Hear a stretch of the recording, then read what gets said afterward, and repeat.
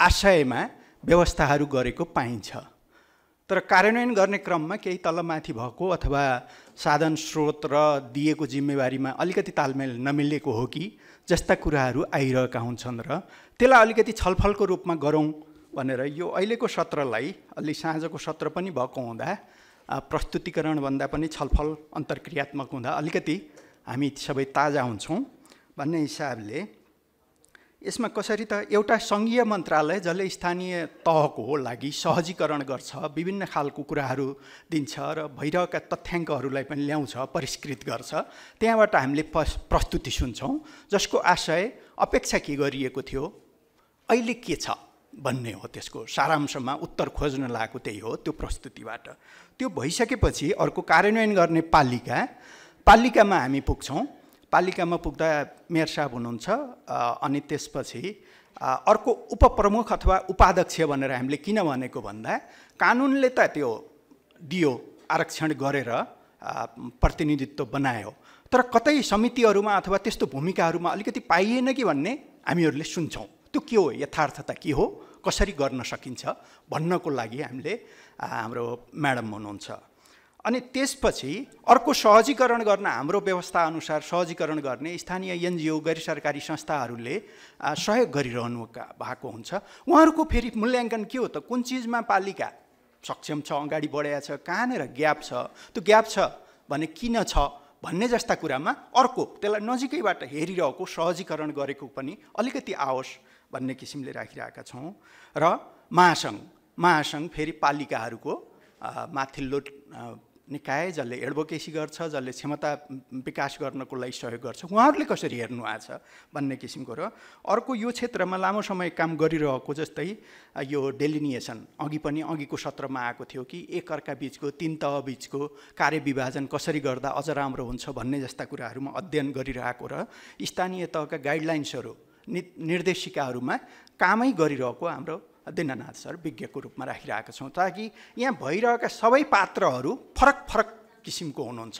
र हामीले कसरी बनाएको भन्दा जस्तै यही एनजिओले सपोर्ट गरेको मेयर साहब अथवा अध्यक्षज्यू उपाध्यक्षज्यू आउनुभयो भने कहिले अलिकति होला भनेर उहाँले अर्कै ठाउँमा सहयोग गर्नुभएको छ, अर्कै ठाउँको मेयर उपमेयरज्यूहरू हुनुहुन्छ भनिसकेपछि भन्न पनि फ्रेङ्कली भन्न पनि कुनै त्यहाँ बाधा अवरोध भएन, ताकि हामी जे कुरा हो जे छ त्यो गरौँ, ताकि दुईटा कुरा राम्रा, यो कुरा गर्न सकियो, यो कुरा गर्न सकिएन, यसो गरेमा गर्न सकिन्छ भन्ने आयो भने हामी यहाँ सबै जम्मा भएको, हामीले समय दिएको त्यसको उपादेयता हुन्छ। र जुन अघिका सत्रहरूमा बिहानको उद्घाटन सत्रमा जुन हाम्रो मुख्य अतिथिज्यूले भन्नुभएको छ, यहाँहरू ल्याउनुहोस्, हामी हाम्रो लेभलको भएमा काम गर्छौँ, निर्णय गर्छौँ, हाम्रो लेभलभन्दा माथिको भने पेस गर्नलाई वातावरण गर्छौँ भने त्यसका लागि तथ्यमा आधारित केही कुराहरू ल्याउँ भनेर यसलाई गरिरहेका छौँ र आशा छ हामी राम्रो खालको अन्तर्क्रिया गर्छौँ र अगाडि बढ्छौँ।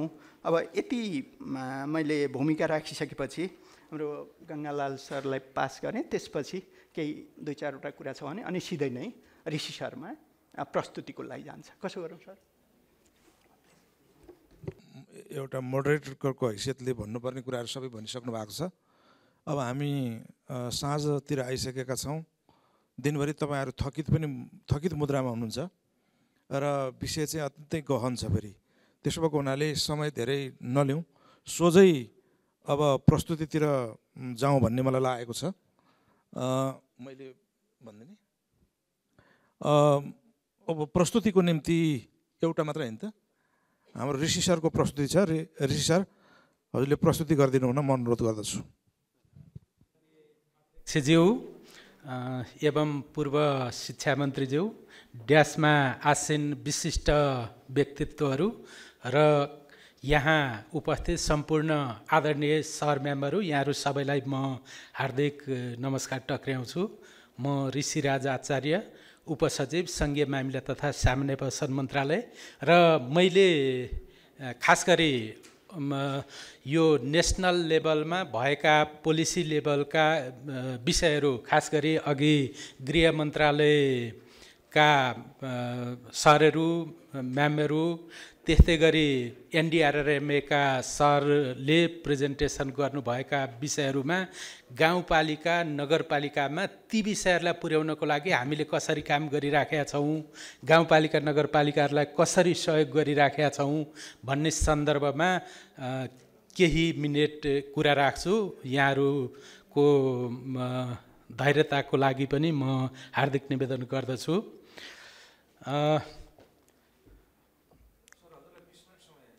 हजुर, हाम्रो अहिले खास गरी सङ्घीय तहमा भएको नीतिगत व्यवस्थामा नेपालको संविधानले नै विपद जोखिम न्यूनीकरण र व्यवस्थापनको सन्दर्भमा हाम्रो व्यवस्था गरेको छ। यसमा खास गरी अब सङ्घीय यो संवैधानिक व्यवस्था अन्तर्गत हामीले विपद जोखिम न्यूनीकरण र जलवायु परिवर्तन अनुकूलनको सन्दर्भमा सङ्घ प्रदेश र स्थानीय तहको रोल र रेस्पोन्सिबिलिटिजहरू कामको बाँडफाँड गरिएको छ। त्यस्तै विपद जोखिम न्यूनीकरण र व्यवस्थापन ऐन त्यसको नियमावली छन्, त्यो अनुसार हामीले सङ्घ प्रदेश र स्थानीय तहमा साझा अधिकारको बाँडफाँडको विषयमा र तिनै तहका सरकारहरूले निर्वाह गर्ने भूमिकाको सन्दर्भमा व्यवस्था गरिएको छ। खास गरी अब विपद जोखिम न्यूनीकरण र व्यवस्थापन प्राधिकरणले ओभरअल समन्वय गर्नेदेखि लिएर सम्माननीय प्रधानमन्त्री ज्यूको अध्यक्षतामा रहने राष्ट्रिय परिषददेखि लिएर नगरपालिकाका प्रमुखज्यू अथवा गाउँपालिकाका अध्यक्षज्यूको अध्यक्षतामा रहने स्थानीय विपद व्यवस्थापन समितिसम्मको भूमिकाको सन्दर्भमा र उहाँहरूले को रोल र रेस्पोन्सिबिलिटिजहरूको सन्दर्भमा यो ऐन र कानुनले मार्गदर्शन गरेको छ। त्यो बेहोरा निवेदन गर्छु भनेदेखि स्थानीय सरकार सञ्चालन ऐन 2074ले खास गरी गाउँपालिका नगरपालिकाहरूले विपद जोखिम न्यूनीकरण र व्यवस्थापनको सन्दर्भमा र जलवायु परिवर्तन अनुकूलनको सन्दर्भमा हामीले चाहिँ गाउँपालिका नगरपालिकामा यी दुईटै विषयलाई अन्तर सम्बन्धित गराएर लिएर गएका छौँ। त्यो विपद व्यवस्थापनको सन्दर्भमा सान्दर्भिक पनि छ। गाउँपालिका नगरपालिकाले सम्पादन गर्ने काम कर्तव्य र अधिकारलाई त्यसले व्यवस्थित गरेका छ। त्यस्तै यो आधारभूत मापदण्ड बस्ती विकास शहरी योजना र भवन निर्माण सम्बन्धी आधारभूत मापदण्ड 72 सालको भूकम्पपछि हाम्रो खास गरी सुरक्षित निर्माणलाई प्रवर्तन गर्ने गरी आधारभूत मापदण्ड सरकारले जारी गर्यो। यसको आधारमा रहेर गाउँपालिका नगरपालिकाले आफ्नो मापदण्ड तर्जुमा गरेर कार्यान्वयन गर्ने गरी यो मापदण्डले व्यवस्था गरेका छ। अब नीतिको हाम्रो नीति छ राष्ट्रिय रणनीति 18 देखि 30 सम्म, त्यसको कार्यान्वयनको अवस्थामा पनि अघिल्ला प्रस्तुतिहरूमा पक्कै पनि कुरा भए। हाम्रो दिगो विकासको लक्ष्य छ हामीले 15 देखि 30 सम्म 17 वटा लक्ष्यहरू पुरा गर्ने गरी काम गरिराखेका छौँ। सङ्घ प्रदेश स्थानीय तह निजी क्षेत्र र गैर सरकारी निकायहरू सबै मिलेर त्यसले पनि हामीलाई मार्गदर्शन गरेको छ। हाम्रो आवधिक योजना छ।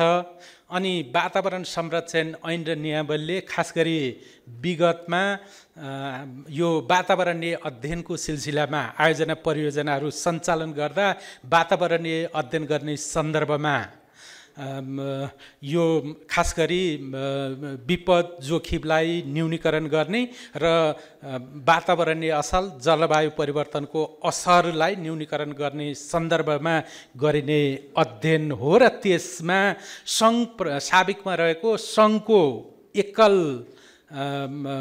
भूमिका जुन चाहिँ सङ्घीय मन्त्रालयहरू मार्फत निर्वाह हुन्थ्यो त्यो रोल र रेस्पोन्सिबिलिटिजलाई आफ्ना आयोजना परियोजनाहरूको र निजी क्षेत्रले सञ्चालन गर्ने आयोजना र गैर सरकारी निकायहरूले बाट स्थानीय तहमा हुने सञ्चालन हुने आयोजना परियोजनाहरूको वातावरणीय अध्ययनको स्वीकृति दिने काम पनि गाउँपालिका नगरपालिकाको रोल र रेस्पोन्सिबिलिटिजभित्र पर्छ।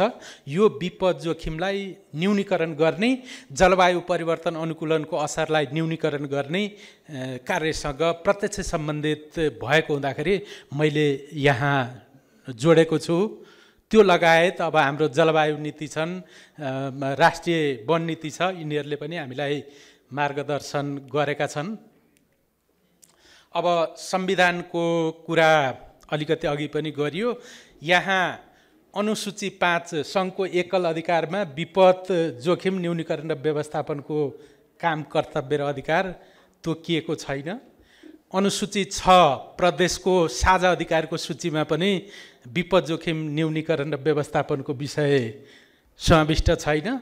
अब साझा अधिकार, सङ्घ र प्रदेशको साझा अधिकारको सूचीमा यो प्राकृतिक वा गैर प्राकृतिक विपद, पूर्व तयारी, उद्धार, राहत र पुनर्लाभका काम जोडिएका छन्। अब स्थानीय तहको अधिकारको सूचीमा विपद व्यवस्थापनको कुरा छ र अनुसूची 9 मा यो सङ्घ, प्रदेश र स्थानीय तहको साझा अधिकारको विषयमा पनि विपद व्यवस्थापनको विषय छ। अब यहाँ हेर्दा अब एकल गाउँपालिका नगरपालिकाको अधिकार सूचीमा मात्रै समाविष्ट हुनुमा अब यहाँ यो कार्यक्रमका अध्यक्षज्यू नै यो संविधान निर्माता समेत भएको कारणले गर्दाखेरि यसको केही न केही अर्थ छ। अर्थात् गाउँपालिका नगरपालिका स्थानीय तहले नेतृत्व लिएर नै यो काम गर्नुपर्छ भन्ने सन्देश यो भित्र केही होला, मलाई त्यस्तो लाग्छ। त्यो हुँदाखेरि अब यो एकल यो अनुसूची 8 मा भएका विषयहरू, खास गरी स्थानीय सरकार सञ्चालन ऐनले गाउँपालिका नगरपालिकाले सम्पादन गर्ने काम, कर्तव्य र अधिकारको सन्दर्भमा व्यवस्था गरिदियो। अनुसूची 7 र अनुसूची 9 को विषय चाहिँ विपद जोखिम न्यूनीकरण तथा व्यवस्थापन ऐन र त्यसको नियमावलीमा चर्चा गरिएको होला। त्यही नै मैले बुझ्छु, त्यो बेहोरा मैले निवेदन गरेँ।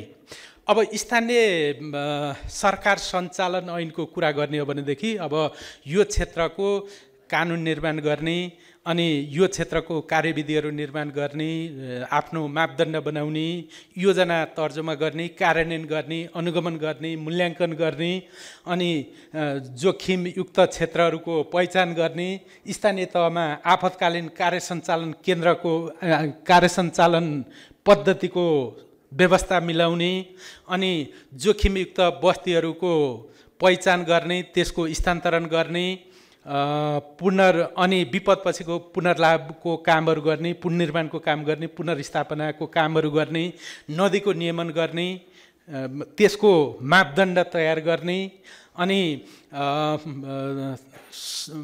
समुदायमा आधारित विपद जोखिम न्यूनीकरण र व्यवस्थापनका कामहरूको नेतृत्व लिने, सङ्घ, प्रदेश, स्थानीय तह, निजी क्षेत्र र गैर सरकारी निकायहरूसँग समन्वय गर्ने लगायतका कामहरू यो चाहिँ विपद जोखिमको पूर्व तयारी, प्रतिकार्य र पुनर्लाभ सबै सेक्टरलाई कभरेज गरेर यो भित्र कभरेज गरिएको छ। त्यो हुँदाखेरि अब गाउँपालिका अबको विपद व्यवस्थापनको कामको नेतृत्व स्थानीय तहमा गाउँपालिका नगरपालिकाले लिनुपर्छ भन्ने सन्देश छ। त्यो किसिमको कामहरू गाउँपालिका नगरपालिकाबाट सुरुवात पनि भएका छन्। अब कोभिड-19 को व्यवस्थापनकै सिलसिलामा हामीले हेऱ्यौँ भनेदेखि वास्तवमा गाउँपालिका नगरपालिकाको भूमिकाको कारणले गर्दा राष्ट्रिय स्तरमा पनि अन्तर्राष्ट्रिय स्तरमा पनि नेपालले राम्रो काम गर्न सक्यो है भनेर सन्देश दिएको अवस्था छ। त्यो सँगसँगै अब विपद व्यवस्थापन कोषको स्थापना गर्ने र त्यसको परिचालन गर्ने व्यवस्था मिलाउने काम, कर्तव्य अधिकारमा पनि छ। त्यो विपद व्यवस्थापन कोषको परिचालन, पूर्व तयारी, प्रतिकार्य र पुनर्लाभ तीनवटै कामहरूमा प्राथमिकता दिएर गर्ने गरी उहाँहरूले पद्धति पनि मिलाउनु भएको छ। त्यो बेहोरा मैले अनुरोध गरेँ। त्यो सँगसँगै अब यो वातावरण संरक्षण र जैविक विविधताको संरक्षणको क्षेत्रमा पनि गाउँपालिका नगरपालिकाले तोकिएका असाध्यै महत्त्वपूर्ण कामहरू छन्। यसमा पनि आफ्नो यो विषयको नीति बनाउने, कानुन बनाउने, मापदण्ड बनाउने, योजना तर्जुमा गर्ने, त्यसको कार्यान्वयन गर्ने, अनुगमन नियमन गर्नेदेखि लिएर अब यो वातावरणीय जोखिम न्यूनीकरण गर्ने, त्यो सँगसँगै पानी मुहानहरूको संरक्षण गर्ने, भू संरक्षण, जलधार व्यवस्थापन जन्य सामुदायिक अनुकूलनको कामहरू गर्ने, अब यो खाली जग्गा पाखा क्षेत्रमा वृक्षारोपण गर्ने, सम्मार गर्ने, उपयोग र व्यवस्थापन गर्नेदेखि लिएर अब यो स्थानीय स्तरमा हरित क्षेत्रको संरक्षण र प्रवर्धन गर्ने सम्मका कामहरू गाउँपालिका नगरपालिकालाई तोकिएका छन्। यसको अलावा अब संरक्षणको हिसाबले गर्नुपर्ने अरू थुप्रै काम, कर्तव्य र अधिकार छन्। मैले त्यो बेहोरालाई निवेदन गरेँ यहाँ। अब यी व्यवस्थाहरूलाई खास गरी अब सङ्घीय मामिला तथा सामान्य प्रशासन मन्त्रालय स्थानीय तहको सम्पर्क मन्त्रालय हो र सम्पर्क मन्त्रालय भएको हिसाबले गाउँपालिका नगरपालिकाहरूलाई समन्वय गर्ने, सहजीकरण गर्ने, क्षमता बढाउने र अरू मन्त्रालय निकायहरूसँग सम्पर्क गरिदिने र समन्वय गरिदिने भूमिका पनि मन्त्रालयले निर्वाह गरेको छ।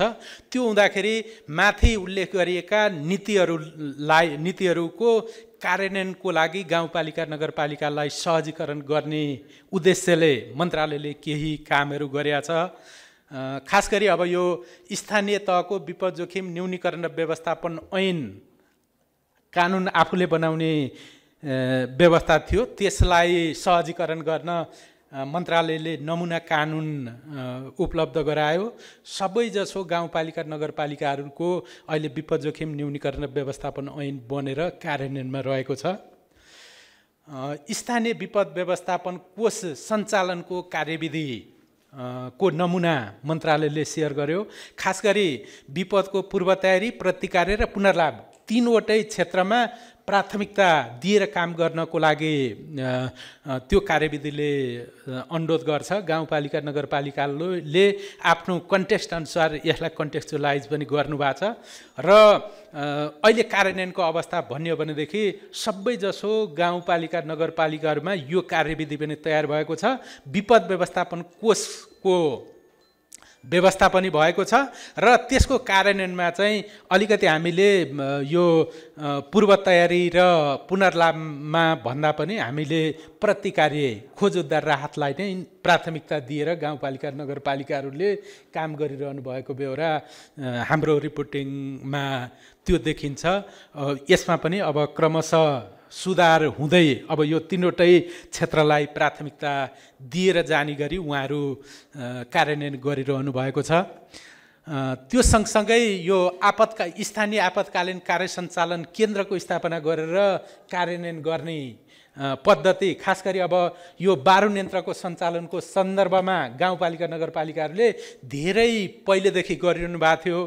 त्यसैलाई एक्सटेन्ड गरेर वास्तवमा 100 भन्दा बढी हाम्रो तथ्याङ्कमा 121वटा गाउँपालिका नगरपालिकाको सङ्ख्या छ। आपतकालीन कार्य सञ्चालन केन्द्र स्थापना गरेर त्यहाँबाट विपद जोखिम व्यवस्थापनका कामहरू, न्यूनीकरणका कामहरू उहाँहरूले गरिरहनु भएको छ। यो विपद व्यवस्थापन र जलवायु परिवर्तन अनुकूलनको योजना बनाउनु भएको छ। अनि वातावरणीय अध्ययनको कामलाई सहजीकरण गर्नको लागि स्थानीय कानुन बनाएर त्यो अनुसार उहाँहरूले गर्नुपर्ने भयो। त्यो हुँदाखेरि यो दुईटा, खास गरी यो प्राकृतिक स्रोत संरक्षण ऐन वातावरण र अनि संक्षिप्त वातावरणीय अध्ययन र प्रारम्भिक वातावरणीय परीक्षणको नमुना कार्यविधि हामीले गाउँपालिका नगरपालिकालाई सेयर गऱ्यौँ। अघिल्लो कानुनी व्यवस्था हो भने पछिल्लो चाहिँ प्रक्रियागत व्यवस्था हो। यसले गाउँपालिका नगरपालिकालाई आफ्नो कानुन बनाएर यो क्षेत्रमा काम गर्न सहज भएको छ। अनि विपद जोखिम न्यूनीकरण र व्यवस्थापनको स्थानीय रणनीतिको दिग्दर्शन र ढाँचा सङ्घीय मामिला तथा सामान्य प्रशासन मन्त्रालयले यहाँहरूकै सहयोग समन्वयमा हामीले काम गरेर उपलब्ध गराएका छौँ। स्थानीय तहको योजना तर्जुमाको दिग्दर्शन यहाँ वास्तवमा हालसालै हामीले एउटा ठुलो छलाङ मारेका छौँ। यो गाउँपालिका नगरपालिकाको योजना तर्जुमा प्रक्रियाभित्रै हामीले वातावरण र विपद व्यवस्थापन समितिले गर्ने काम त छँदै थियो। त्यो सेक्टरले अरू 4वटा अन्तर सम्बन्धित सेक्टरहरूमा पनि यो विषयलाई आन्तरिकीकरण गरेर मूल प्रभावीकरण गर्नुपर्ने गरी यो दिग्दर्शन स्वीकृत भएर अब तर्जुमा हुने स्थानीय तहको बजेटदेखि कार्यान्वयन हुने गरी यो काम उहाँहरूले गर्नुपर्ने गरी यो दिग्दर्शन र मार्गदर्शन स्वीकृत भएको छ। राष्ट्रिय योजना आयोग र सङ्घीय मामिला तथा सामान्य प्रशासन मन्त्रालयले लगायत अरू सरकारवालाहरू पनि हामी सँगै बसेर यो काम गरेका छौँ। त्यस्तै यो पूर्व तयारी र प्रतिकार्यको व्यवस्था मिलाउनु पर्यो। अनि यो एउटा ट्रेनिङ मोडुल यो विपद जोखिम न्यूनीकरण र जलवायु परिवर्तन अनुकूलनको मूल प्रभावीकरणको विषयको ट्रेनिङ मोडुल छ। अनि वातावरण मैत्री स्थानीय शासनको प्रारूप यो चाहिँ इन्भाइरोमेन्टल फ्रेन्डली लोकल गभर्नेन्सको फ्रेमवर्क विगतमा पनि छोटो अवधि कार्यान्वयनमा आएको थियो। यसलाई हामीले समसामयिक परिमार्जन गरेर यसको कार्यान्वयनको लागि अलिकति कामहरू गरिराखेका छौँ। अब यसलाई कार्यान्वयनमा जान्छौँ। अनि यो स्थानीय तहको संस्थागत स्वमूल्याङ्कन कार्यविधिमा खास गरी अब यो विपद जोखिम न्यूनीकरण र जलवायु परिवर्तन अनुकूलनका 13वटा इन्डिकेटरहरू त्यसमा उल्लेख गरिएका छन्। वास्तवमा यो क्षेत्रको वेटेज सबै क्षेत्रको भन्दा बढी रहेको बेहोरा म अनुरोध गर्छु। त्यो बेहोरालाई मैले अनुरोध गरेँ र हामीले स्थानीय तहमा यो 9वटा कुराहरूलाई समुदायको उत्थानशीलताको लागि हामीले विगतदेखि नै सामूहिक रूपमा यही पद्धतिमा काम गर्ने गरे हो। 9वटा कुराहरू समुदायलाई फुलफिल गराउने कुरामा हाम्रै केन्द्रित भएर काम गरेका छौँ।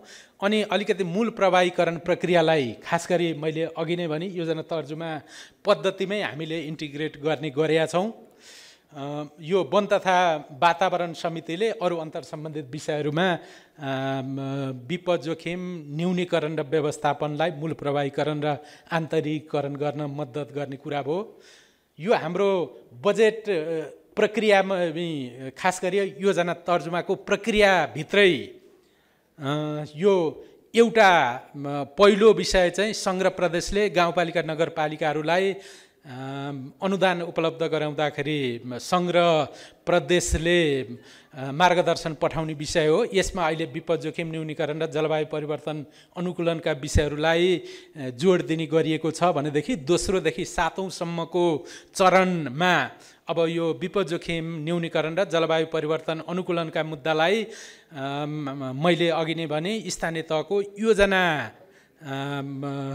तर्जुमाको दिग्दर्शनभित्रै जोडेर सम्बोधन गरिएको हुँदाखेरि अब मूल प्रभावीकरणका मुद्दाहरू अगाडि बढ्छन् होला र यो मूल प्रभावीकरण प्रक्रियालाई मैले अलिकति जोडेको छु। खास गरी स्थानीय तहको वार्षिक योजनामा त्यो सँगसँगै हामीले यो बहुवर्षीय योजनाहरूको स्रोत सुनिश्चितताको लागि मध्यमकालीन खर्च संरचनामा यो वार्षिक रूपमा नै गाउँपालिका नगरपालिकाहरूले निर्माण गर्नुपर्छ स्रोतको सुनिश्चितताको लागि। त्यो सँगसँगै आवधिक योजनामा र भिजन सेटिङ गर्दाखेरि पनि अब हामीले उत्थानशीलता अभिवृद्धिको दृष्टिकोणले पनि सोच गर्नुपर्छ भनेर मन्त्रालयले यो क्षेत्रमा गाउँपालिका नगरपालिकालाई समन्वय सहजीकरण र क्षमता विकासको कामहरू गरिरहेको छ र केही हामीसँग यो स्थानीय तहमा गएर काम गर्नको लागि अवसर ठुलो छ। मैले त्यो बेहोरा निवेदन गरेँ। खास गरी अब यो स्थानीय तहमा यो विषय चाहिँ नयाँ नै हो। 72 सालदेखि मात्रै गाउँपालिका नगरपालिकाको 74 सालदेखि अझ 72 मा संविधान आयो।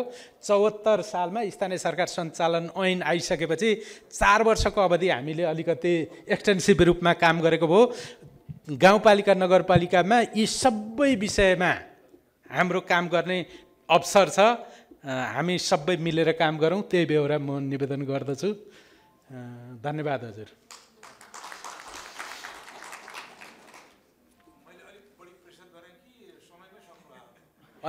अलिकति यो अगाडि बढ्ने कुरालाई चाहिँ 2 मिनेट हजुर।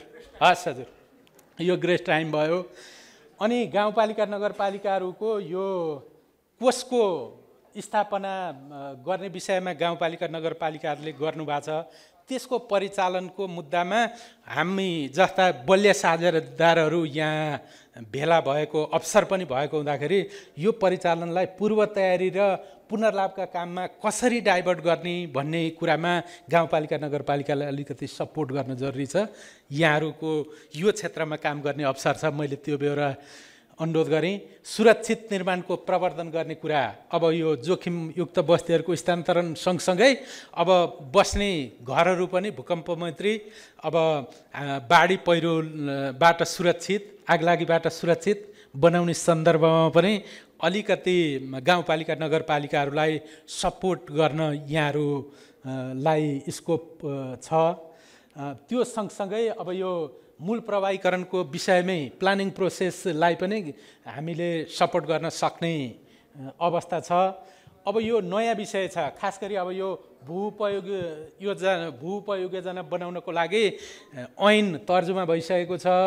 अब नियमावली बन्ने बित्तिकै सङ्घीय तहबाट के हो भनेदेखि अब नक्सा अहिलेको एक्जिस्टिङ म्याप कस्तो छ भनेर बनाइदिने, अनि गाउँपालिका नगरपालिकाले यो भूउपयोग योजना तर्जुमा गर्नुपर्ने कानुनी व्यवस्था छ। त्यो अनुसार अब गाउँपालिका नगरपालिकाहरूको यो क्षेत्रको क्यापासिटी कम छ, त्यो हुँदाखेरि यो क्षेत्रमा सघाउनलाई हामी जस्ता गाउँपालिका नगरपालिकालाई सहयोग गर्ने साझेदारहरू जो छौँ, हामीलाई यो बलियो स्कोप यो क्षेत्रमा पनि मैले देख्छु।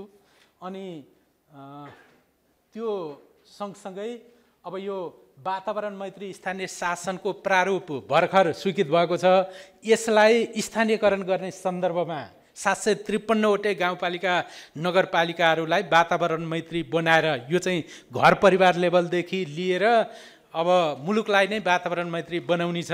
यसमा खास गरी हामीले विपद जोखिम न्यूनीकरण, जलवायु परिवर्तन अनुकूलन, फोहोर मैला व्यवस्थापन, जीविकोपार्जन लगायतका विषयहरूलाई मूल प्रवाहीकरण एकै घर परिवार लेभलदेखि लिएर जिल्ला लेभलसम्मको इन्डिकेटरहरू बनाएर काम सुरु गर्न लागेका छौँ। यसमा हामीले 8-10 वर्ष गाउँपालिका नगरपालिकाहरूलाई बलियो सहयोग उपलब्ध गराउन सक्यौँ भनेदेखि धेरै राम्रो काम हुन्छ, घर लेभलदेखि काम हुन्छ। यसमा त्यो बेहोरा अनुरोध गरेँ। अब यो वातावरणीय अध्ययनको विषय पनि गाउँपालिका नगरपालिकालाई सङ्घीय कानुनले हामीले दियौँ, तर त्यो अनुसारको टेक्निकल क्यापाबिलिटिज गाउँपालिका नगरपालिकाहरूको कमजोर छ। त्यो ठाउँमा पनि हामीले सँगै बसेर काम गर्न सक्ने अवसर छ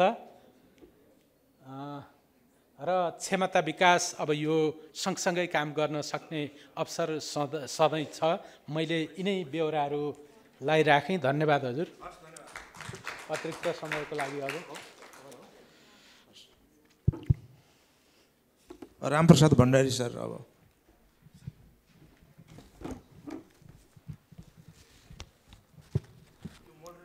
हस्, धन्यवाद ऋषि सर। अब हजुरले केन्द्रमा सङ्घीय सरकारले कानुन, संविधान कानुन त के अपेक्षा गरेको छ र के सहयोग गरिरहेछ सङ्घीय सरकारको तर्फबाट र अहिलेको अवस्था कस्तो छ भन्ने राख्नुभयो।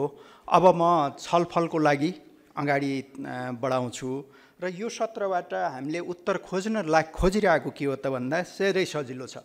के गर्न सकियो, के गर्न सकिएन, गर्न सकेको कारण के हो, ताकि पूर्वमा त्यो गरिरहेको रहेछ भने पश्चिममा लग्न मिल्ला, गर्न नसकिएको हो भने कसले के गर्नु पर्यो। यहाँ त विभिन्न खालका सरोकारवालाहरू छौँ।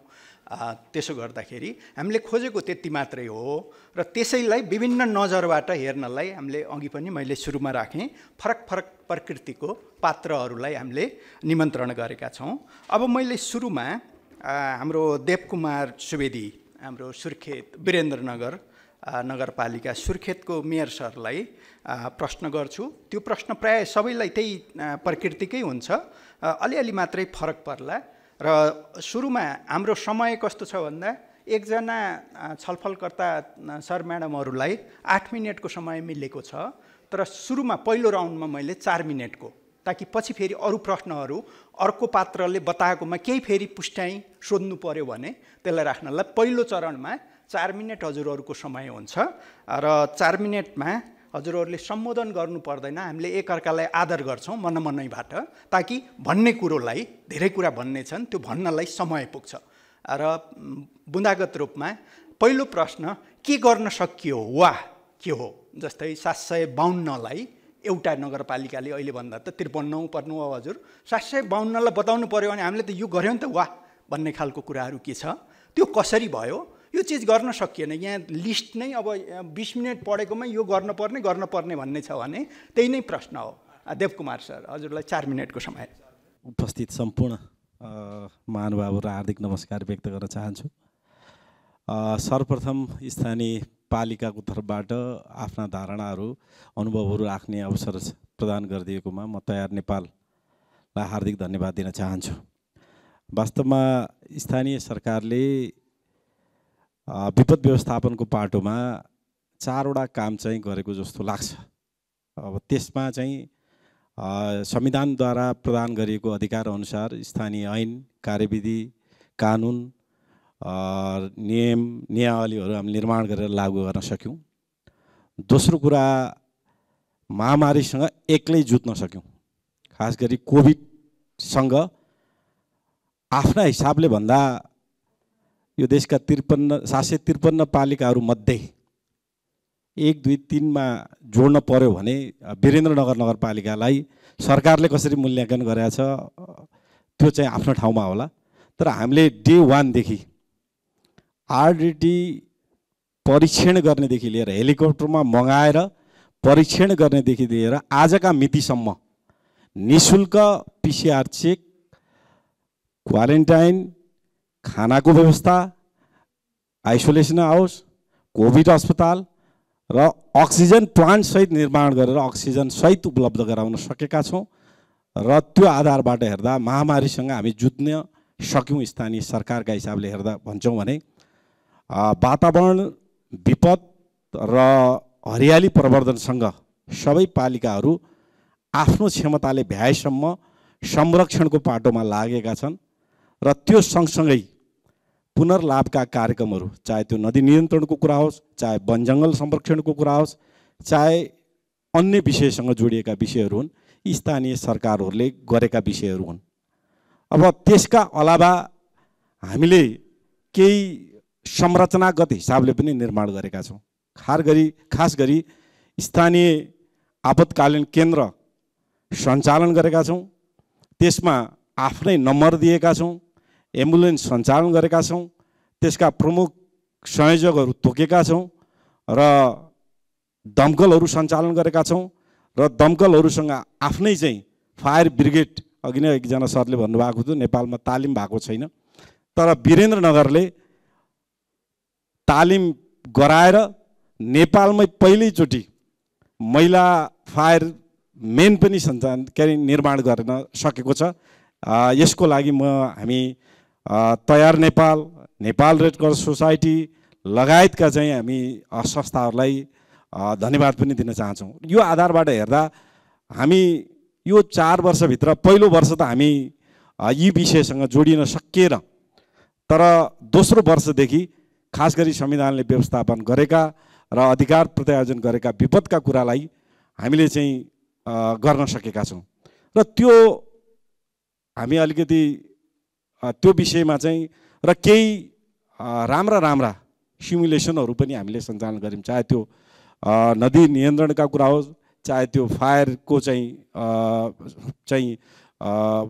लाई चाहिँ निभाउने कुरा विषयका कुराहरू हुन्, यी विषयहरूका सिमुलेसनहरू पनि हामीले सञ्चालन गर्न सकेका छौँ। त्यसकारणले स्थानीय पालिकाहरूले जे जति आफ्नो सीमित स्रोत साधनका हिसाबले हामीले प्राप्त गरेका छौँ त्यो सीमित स्रोतका आधारबाट हामीले पाएको छौँ। र यसमा चाहिँ हामीले के पायौँ भन्ने कुरा चाहिँ अब सङ्घीय सरकारकै हिसाबले हेर्दाखेरि केही कार्यविधिका चाहिँ नमुनाहरू पायौँ, केही फेसिलिटी पायौँ, त्यो बाहेकको चाहिँ अरू हामीले पाएको चाहिँ छैनौँ। र त्यसमा प्रदेश सरकारको भूमिका त अब यहाँ अन्यथा नलागोस्, करिब करिब यो विपद व्यवस्थापनको पाटोमा 0 नै रह्यो होइन।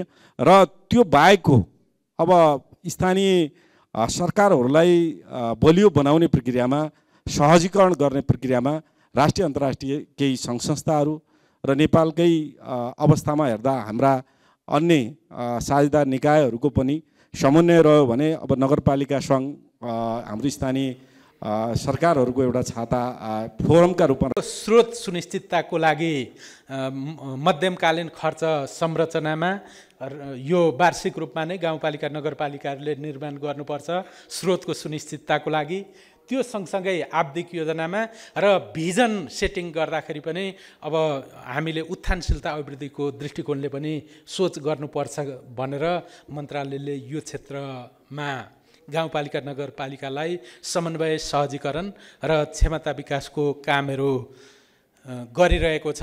र केही हामीसँग यो स्थानीय तहमा गएर काम गर्नको लागि अवसर ठुलो छ, मैले त्यो बेहोरा निवेदन गरेँ। खास गरी अब यो स्थानीय तहमा यो विषय चाहिँ नयाँ नै हो, 72 सालदेखि मात्रै गाउँपालिका नगरपालिकाको 74 सालदेखि अझ 72 मा संविधान आयो, 74 सालमा स्थानीय सरकार सञ्चालन ऐन आइसकेपछि 4 वर्षको अवधि हामीले अलिकति एक्सटेन्सिभ रूपमा काम गरेको भयो। गाउँपालिका नगरपालिकामा यी सबै विषयमा हाम्रो काम गर्ने अवसर छ, हामी सबै मिलेर काम गरौँ, त्यही बेहोरा म निवेदन गर्दछु।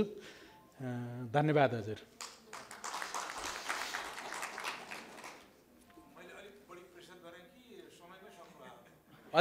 अलिकति यो अगाडि बढ्ने कुरालाई चाहिँ 2 मिनट हजुर। हस् हजुर, यो ग्रेस टाइम भयो। अनि गाउँपालिका नगरपालिकाहरूको यो कोषको स्थापना गर्ने विषयमा गाउँपालिका नगरपालिकाहरूले गर्नुभएको छ, त्यसको परिचालनको मुद्दामा हामी जस्ता बलिया साझेदारहरू यहाँ भेला भएको अवसर पनि भएको हुँदाखेरि यो परिचालनलाई पूर्व तयारी र पुनर्लाभका काममा कसरी डाइभर्ट गर्ने भन्ने कुरामा गाउँपालिका नगरपालिकालाई अलिकति सपोर्ट गर्न जरुरी छ। यहाँहरूको यो क्षेत्रमा काम गर्ने अवसर छ, मैले त्यो बेहोरा अनुरोध गरेँ। सुरक्षित निर्माणको प्रवर्धन गर्ने कुरा, अब यो जोखिमयुक्त बस्तीहरूको स्थानान्तरण सँगसँगै अब बस्ने घरहरू पनि भूकम्प मैत्री, अब बाढी पहिरोबाट सुरक्षित, आगलागीबाट सुरक्षित बनाउने सन्दर्भमा पनि अलिकति गाउँपालिका नगरपालिकाहरूलाई सपोर्ट गर्न यहाँहरूलाई स्कोप छ। त्यो सँगसँगै अब यो मूल प्रवाहीकरणको विषयमै प्लानिङ प्रोसेसलाई पनि हामीले सपोर्ट गर्न सक्ने अवस्था छ। अब यो नयाँ विषय छ, खास गरी अब यो भूउपयोग योजना बनाउनको लागि ऐन तर्जुमा भइसकेको छ। अब नियमावली बन्ने बित्तिकै सङ्घीय तहबाट के हो भनेदेखि अब नक्सा अहिलेको एक्जिस्टिङ म्याप कस्तो छ भनेर बनाइदिने, अनि गाउँपालिका नगरपालिकाले यो भूउपयोग योजना तर्जुमा गर्नुपर्ने कानुनी व्यवस्था छ। त्यो अनुसार अब गाउँपालिका नगरपालिकाहरूको यो क्षेत्रको क्यापासिटी कम छ, त्यो हुँदाखेरि यो क्षेत्रमा सघाउनलाई हामी जस्ता गाउँपालिका नगरपालिकालाई सहयोग गर्ने साझेदारहरू जो छौँ, हामीलाई यो बलियो स्कोप यो क्षेत्रमा पनि मैले देख्छु। अनि त्यो सँगसँगै अब यो वातावरण मैत्री स्थानीय शासनको प्रारूप भर्खर स्वीकृत भएको छ, यसलाई स्थानीयकरण गर्ने सन्दर्भमा 753 वटै गाउँपालिका नगरपालिकाहरूलाई वातावरण मैत्री बनाएर यो चाहिँ घर परिवार लेभलदेखि लिएर अब मुलुकलाई नै वातावरण मैत्री बनाउने छ। यसमा खास गरी हामीले विपद जोखिम न्यूनीकरण, जलवायु परिवर्तन अनुकूलन, फोहोर मैला व्यवस्थापन, जीविकोपार्जन लगायतका विषयहरूलाई मूल प्रवाहीकरण एकै घर परिवार लेभलदेखि लिएर जिल्ला लेभलसम्मको इन्डिकेटरहरू बनाएर काम सुरु गर्न लागेका छौँ। यसमा हामीले 8-10 वर्ष गाउँपालिका नगरपालिकाहरूलाई बलियो सहयोग उपलब्ध गराउन सक्यौँ भनेदेखि धेरै राम्रो काम हुन्छ, घर लेभलदेखि काम हुन्छ। यसमा त्यो बेहोरा अनुरोध गरेँ।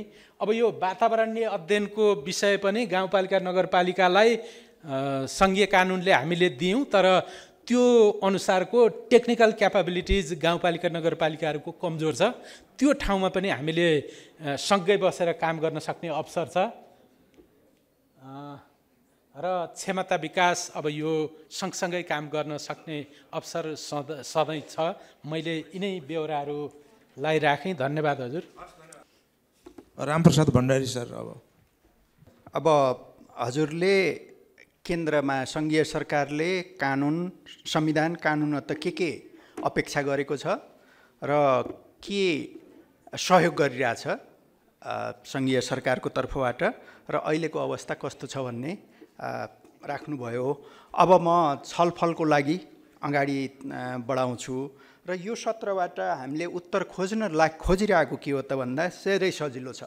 के गर्न सकियो, के गर्न सकिएन, गर्न सकेको कारण के हो, ताकि पूर्वमा त्यो गरिरहेको रहेछ भने पश्चिममा लग्न मिल्ला, गर्न नसकिएको हो भने कसले के गर्नु पर्यो। यहाँ त विभिन्न खालका सरोकारवालाहरू छौँ।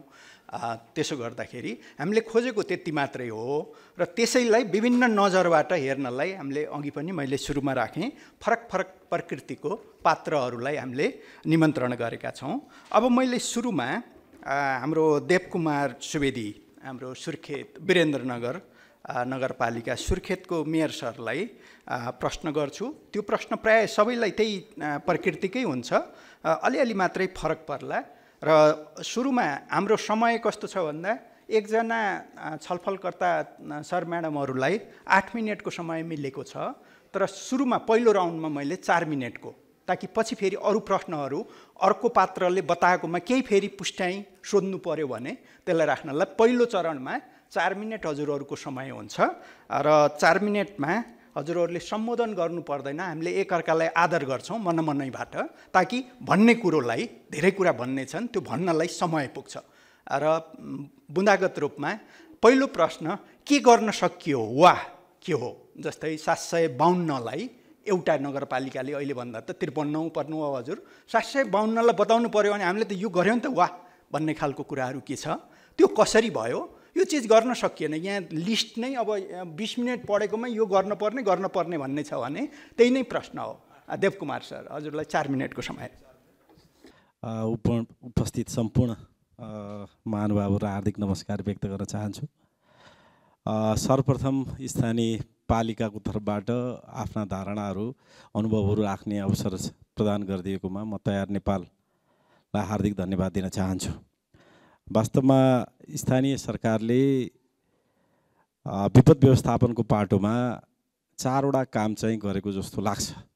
अब त्यसमा चाहिँ संविधानद्वारा प्रदान गरिएको अधिकार अनुसार स्थानीय ऐन, कार्यविधि, कानुन, नियम नियमावलीहरू हामी निर्माण गरेर लागू गर्न सक्यौँ।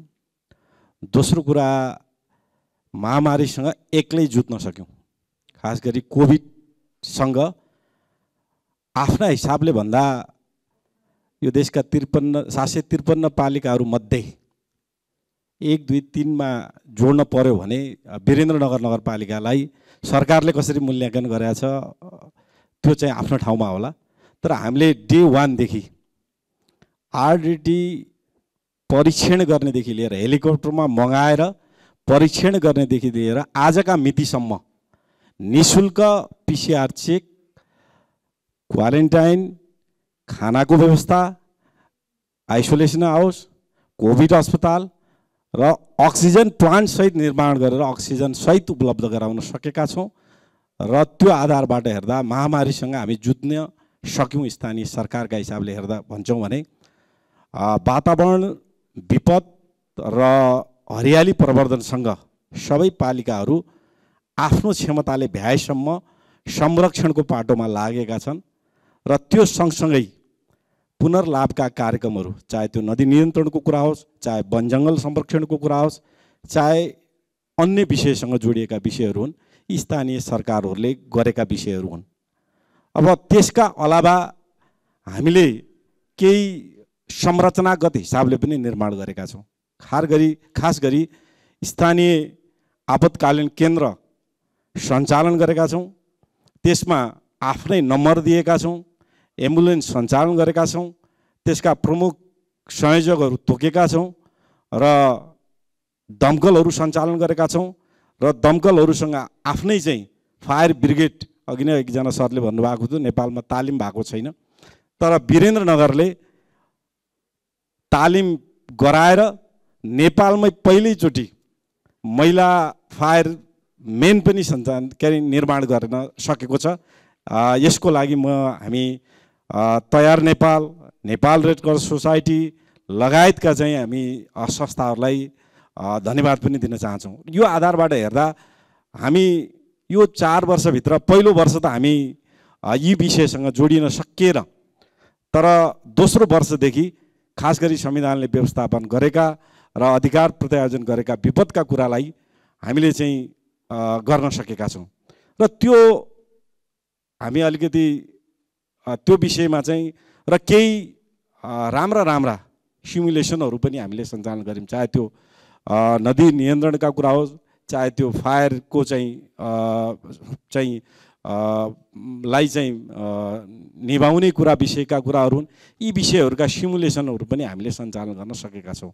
त्यसकारणले स्थानीय पालिकाहरूले जे जति आफ्नो सीमित स्रोत साधनका हिसाबले हामीले प्राप्त गरेका छौँ त्यो सीमित स्रोतका आधारबाट हामीले पाएको छौँ र यसमा चाहिँ हामीले के पायौँ भन्ने कुरा चाहिँ अब सङ्घीय सरकारकै हिसाबले हेर्दाखेरि केही कार्यविधिका चाहिँ नमुनाहरू पायौँ, केही फेसिलिटी पायौँ, त्यो बाहेकको चाहिँ अरू हामीले पाएको चाहिँ छैनौँ र त्यसमा प्रदेश सरकारको भूमिका त अब यहाँ अन्यथा नलागोस्, करिब यो विपद व्यवस्थापनको पाटोमा 0 नै रह्यो होइन र त्यो बाहेकको अब स्थानीय सरकारहरूलाई बलियो बनाउने प्रक्रियामा, सहजीकरण गर्ने प्रक्रियामा राष्ट्रिय अन्तर्राष्ट्रिय केही सङ्घ संस्थाहरू र नेपालकै अवस्थामा हेर्दा हाम्रा अन्य साझेदार निकायहरूको पनि समन्वय रह्यो भने अब नगरपालिका सङ्घ हाम्रो स्थानीय सरकारहरूको एउटा छाता फोरमका रूपमा रहेको नगरपालिका सङ्घले पनि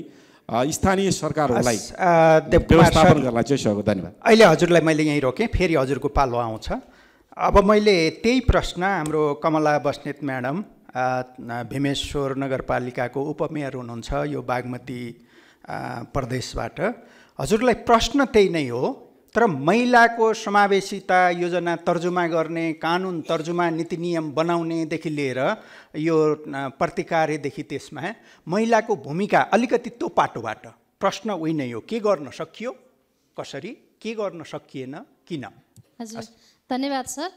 सर्वप्रथम त ड्यासमा आसीन सम्पूर्ण अतिथि महानुभावहरू र उपस्थित सम्पूर्ण महानुभावहरूमा म हार्दिक अभिवादन व्यक्त गर्न चाहन्छु र हामीले स्थानीय सरकारको तर्फबाट गरेका कामको विषयमा यो फोरममा सेयर गर्ने अवसर दिनुभएकोमा म आयोजक तयार नेपाललाई हार्दिक धन्यवाद दिन चाहन्छु।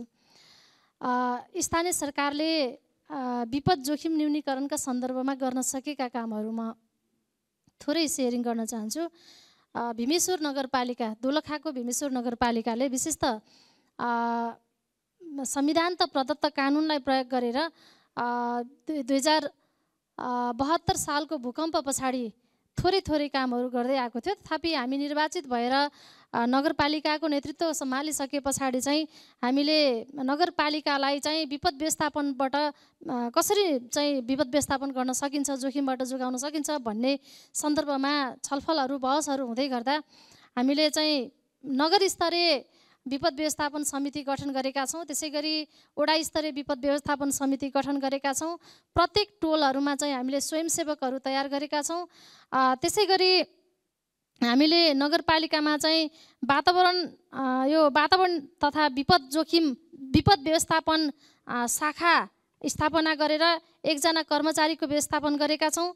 त्यसै गरी नगरपालिकामा आपतकालीन कार्य सञ्चालन केन्द्र बनाएका छौँ। वडा स्तरीय आपतकालीन सूचनाको लागि सामग्री वितरण गरेका छौँ। त्यसमा चाहिँ हामीलाई तयार नेपालले सहयोग गरेको छ। विपद जोखिम न्यूनीकरण तथा व्यवस्थापन नीति नियम ऐनहरू निर्माण गरेका छौँ। विभिन्न खालका क्षमता अभिवृद्धिका कार्यक्रमहरू चाहिँ सञ्चालन गरेका छौँ।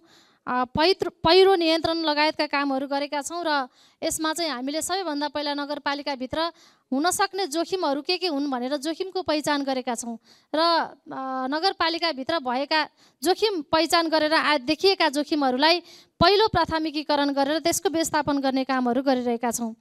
त्यसै गरी हामीले इको टुरिज्मलाई चाहिँ व्यवस्थित गर्नका लागि इको टुरिज्मको विकास गर्नका लागि चाहिँ पैदल मार्गहरू निर्माण गरेर त्यहाँको चाहिँ नागरिकहरूको आय आर्जनलाई व्यवस्थित गर्ने र जो जोखिमबाट प्रतापित हुनुहुन्छ उहाँहरूलाई त्यही स्थापित गर्ने उद्देश्यका साथ हामीले इको टुरिज्मलाई व्यवस्थापन गर्ने काम गरेका छौँ। त्यसै गरी जोखिम संवेदनशील भू उपयोग योजनाहरू निर्माण गरेका छौँ। बहुप्रकोपलाई ध्यानमा राखेर हामीले चाहिँ काम गरेका छौँ। अर्को चाहिँ हामीले अघि हाम्रो मेयर साहबले भने जस्तै कोभिडसँग हामी स्थानीय सरकारले चाहिँ सङ्घीय सरकार र प्रदेश सरकारको आश नगरिकन हामी एक्लैले व्यवस्थापन गरेका छौँ। कोभिडलाई व्यवस्थापन गर्नका लागि हामीले दक्ष जनशक्तिको व्यवस्थापन, त्यसै गरी त्यहाँ चाहिँ यो बिरामीहरूलाई हस्पिटलमा कुरुवाको व्यवस्थापन, बिरामीहरूलाई हस्पिटलमा खानाको व्यवस्थापन लगायत औषधिको व्यवस्थापनहरूमा हामी स्थानीय सरकार जुटेका छौँ र कोभिडबाट चाहिँ भीमेश्वर नगरपालिकाका नागरिकहरूलाई हामीले भीमेश्वर नगरपालिकाको चरीकोट हस्पिटलबाट सकेसम्म अरू हस्पिटलमा रेफर नगर्ने उद्देश्यका साथ कार्य सञ्चालन गऱ्यौँ र त्यसबाट हामीले सफलता प्राप्त गरेका छौँ। त्यसमा हामीलाई विभिन्न सङ्घ संस्था र स्थानीय नागरिकहरूको पनि थुप्रै सहयोगहरू उपलब्ध भएको छ र यसमा खास गरेर कोभिड व्यवस्थापनमा तयार नेपालको पनि सहयोग रहेको छ। त्यसै गरी हामीले कोभिडबाट प्रभावित भएका नागरिकहरू जो लकडाउनको कारण आफ्ना काम व्यवसायहरू छोडेर गाउँ फर्केर बस्नु जानुभयो। म्याडम अहिलेलाई मैले हजुरलाई यहीँ रोकेँ, फेरि अर्कोमा गरौँ, यसलाई अन गरौँ। अब म हाम्रो भवराज रेग्मी गैर सरकारी संस्था हुनुहुन्छ, कञ्चनपुरमा सहयोग पुर्याइरहनु भएको छ यो प्रक्रियामा स्थानीय सरकारलाई। हजुरको नजरमा सहयोग गर्दा कुन क्षेत्रमा स्थानीय सरकार तयार छ, ल आउनु सहयोग माग्छ, कुन क्षेत्रमा उसले प्रगति पनि गरेको छ, कुन क्षेत्रमा गर्न सकेको छैन, त्यो नसक्नुका कारण के होलान्? हजुरलाई पनि 4 मिनट। धन्यवाद। नमस्कार सबैलाई। विशेष धेरै प्रस्तुति आएको छ, उहाँहरूको कुरा हामीले सुन्यौँ र मैले स्थानीय स्तरमा काम गरेको अनुभवका आधारमा कुरा राख्छु। विशेष गरी स्थानीय तहले अहिले एउटा पोलिसीहरू चाहिँ बनाएको छ, तर पोलिसीहरू कार्यान्वयन गर्दाखेरि त्यो कार्यान्वयनमा चाहिँ कार्यमूलक बनेको छैन, अझै धेरै त्यसलाई प्र्याक्टिकल बनाउन बाँकी छ। भनेको सिमुलेसन गर्न पनि जरुरी छ, पोलिसी मात्र बनेको अवस्था देखिन्छ। अर्को त्यहाँनिर कस्तो हुन्छ भन्दाखेरि पूर्व तयारीको डिजास्टर आयो, पूर्व तयारी अनि बैठक बस्छ भनेको हाम्रो सेड्युल अनुसार बैठक बस्दैन। जस्तै बाढी आउनु पूर्व बस्ने बैठक बस्नु पर्यो, चिसो शीतलहर पहिला बस्नु पर्यो, हावाहुरी आग लागेको पहिल्यै बस्नु पर्यो, अनि तयारी गरेर पूर्व तयारीका कामहरू थालनी गर्नुपर्छ। त्यो क्यालेन्डर छैन, त्यहाँनिर चाहिँ ग्याप छ। किनभने त्यो भइदियो भने एक्सनमा जान्थ्यो। अर्को मिटिङ कमिटी ठुलो छ, त्यो कमिटी कार्यमूलक काम गर्ने अर्को कार्यमूलक कमिटी कुन हो त्यो चाहिँ छैन, त्यहाँ ग्याप छ। किनभने त्यो कमिटी त जनप्रतिनिधिहरू बिजी हुनुहुन्छ, व्यस्त हुनुहुन्छ, धेरै काम हुन्छ, त्यसलाई एक्सनमा लिने कमिटी कमी छ। र अर्को भनेको विपद व्यवस्थापन शाखालाई अधिकार सम्पन्न व्यवस्थापन DRR अधिकृतै छैन, त्यहाँ कमी भयो। त्यो भइदियो भने पार्टनर एजेन्सी जो चाहिँ डेभलपमेन्ट पार्टनर आउनुहुन्छ को कहाँ समन्वय गर्ने भन्ने कुरा समन्वयमा गाह्रो छ कि। अब फोकल पर्सन तोक्नु भएको छ, तर फोकल पर्सनलाई धेरै जिम्मेवारी छ, अरू शाखाको काम हुन्छ, अनि उनले चाहिँ त्यसरी कोअर्डिनेट गर्न सक्दैनन्। र जुन स्रोत जुन ठाउँमा जानुपर्ने त्यहाँ नगइकन दोहोरोपना अथवा त्यस्तो खालको अप्ठ्यारोहरू छ, त्यसले गर्दाखेरि त्यो गाइडिङ भएको छैन। र अर्को सबैभन्दा पहिला सबभन्दा व्यवस्थित हुनुपर्ने LEOC हो। LEOC स्टार्ट सबै ठाउँ भइसकेको छैन, अझै पनि बाँकी छ, त्यसमा पनि हामीले हेर्नुपर्ने हुन्छ। र रेस्पोन्समा राहतमा चाहिँ अगाडि सर्या देखिन्छ स्थानीय सरकार हाम्रो र पूर्व तयारीमा र रिकभरीमा त जानै गएको छैन, रिकभरीमा जानै सकेको छैन। त्यसैले रेस्पोन्स यो राहतको कुरालाई अहिले धेरै कुरा के उठेको छ भन्दा राहतमा जोड नदिउँ, पूर्व तयारी र रिकभरीमै दिउँ भन्ने कुराहरू पब्लिकबाट अरू स्टेक होल्डरबाट पनि उठिआइरहेको छ। तथापि राहतलाई पनि हामीले ब्ल्याङ्केट एप्रोचमा के होलिस्टिकमा दिइरहेछौँ। त्यहाँनिर जसले पाउनुपर्ने हो मानवीय यो जुन सहायताको मापदण्ड छ एससिएफको आधारमा त्यसरी चाहिँ पाइरहेको छैन, सबैलाई दिनुपर्ने भन्ने खालको आउँछ। अनि त्यो गर्दाखेरि सपोर्टिङ एजेन्सीलाई पनि समस्या छ, त्यहाँ पाउनेले नपाउने, नपाउने मान्छेले पनि पाउने भइरहेको छ। यति चाहिँ ग्यापहरू छ। यसका साथै अरू ग्यापहरू पनि छ, मैले थोरै राखेँ। हस्, अरू थपौँ समय छ भने? ए हस्, धन्यवाद।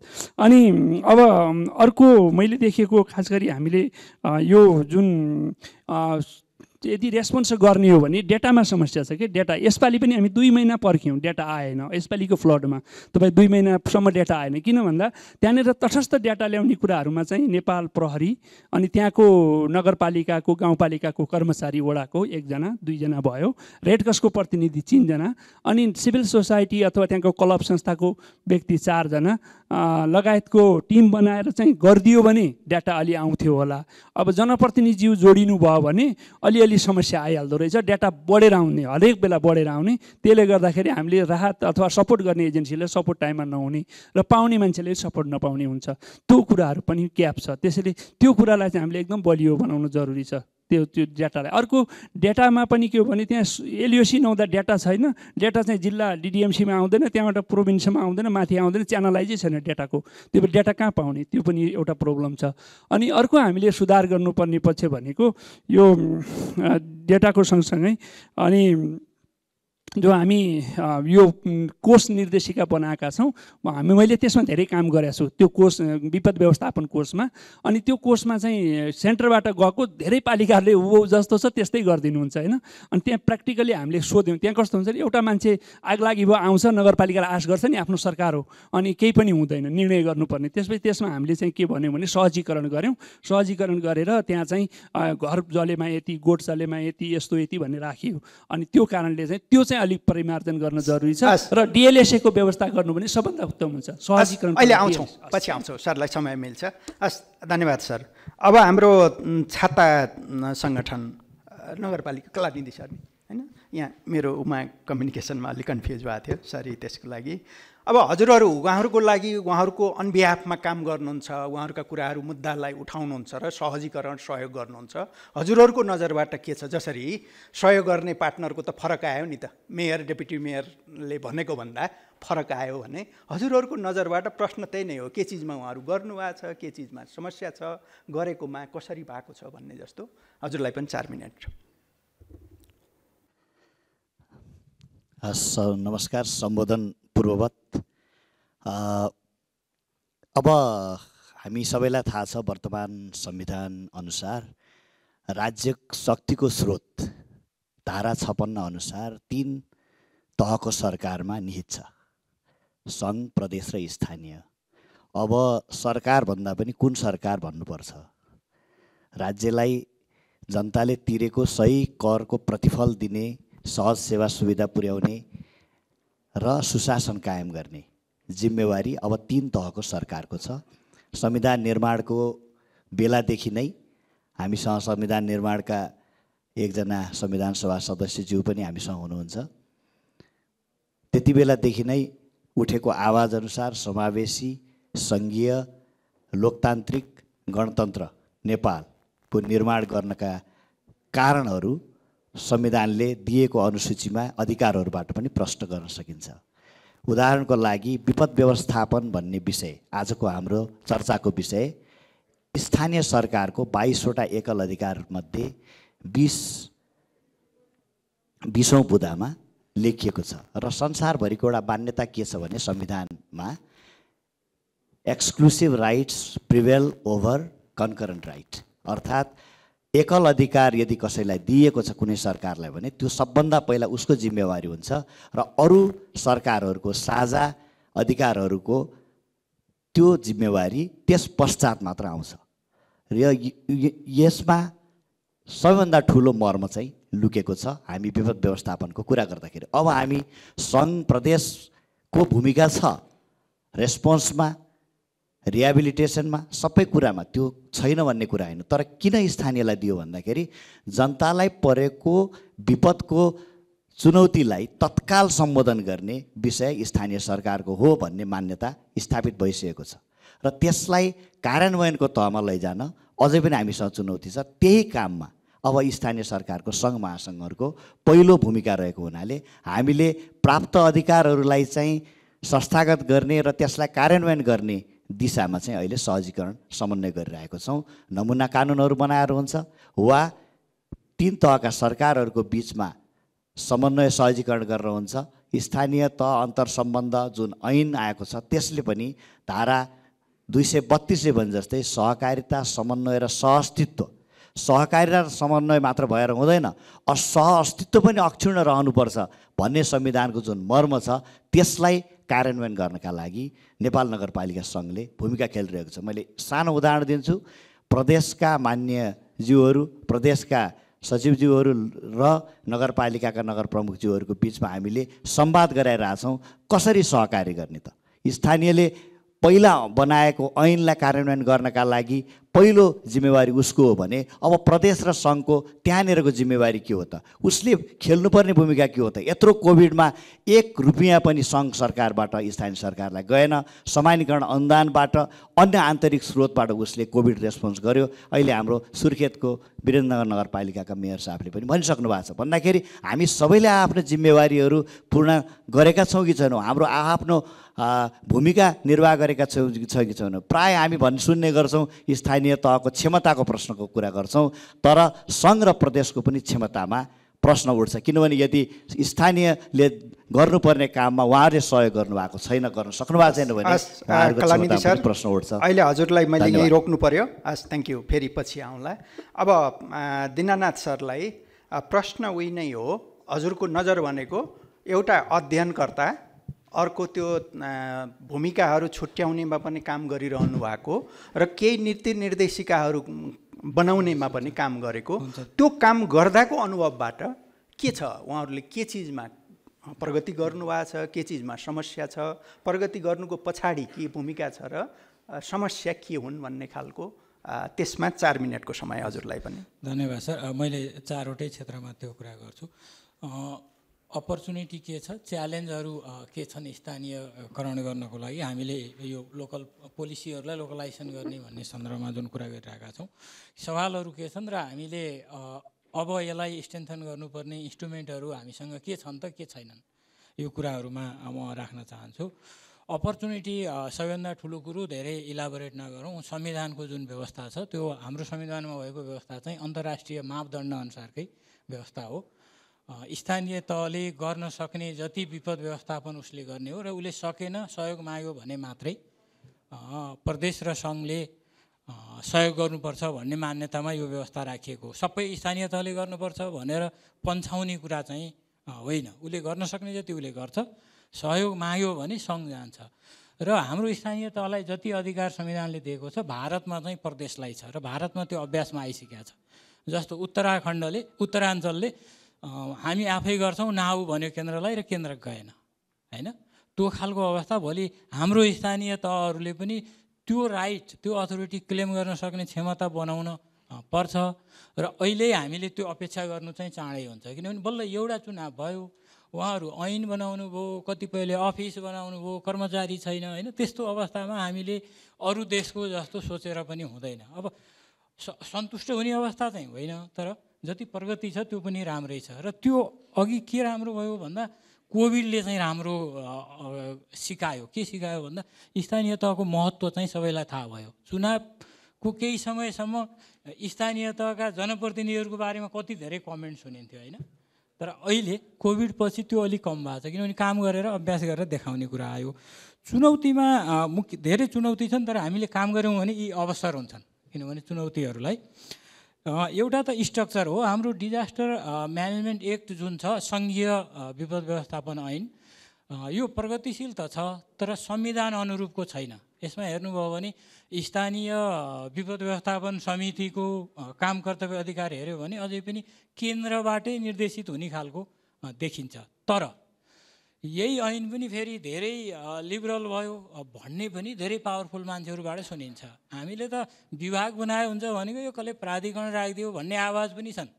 त्यसै भएको हुनाले रिस्क छ, जोखिम त्यहाँ पनि छ। हामीले अहिले जति उपलब्धि भएको छ त्यो फर्कने, प्राधिकरणले आफ्नो उपादेयता प्रमाणित गर्ने र स्थानीय तहले पनि आफ्नो अधिकार लिन सक्ने क्षमता बनाउनु पर्ने देख्छु। अर्को, रोल डिभिजन भएको छैन।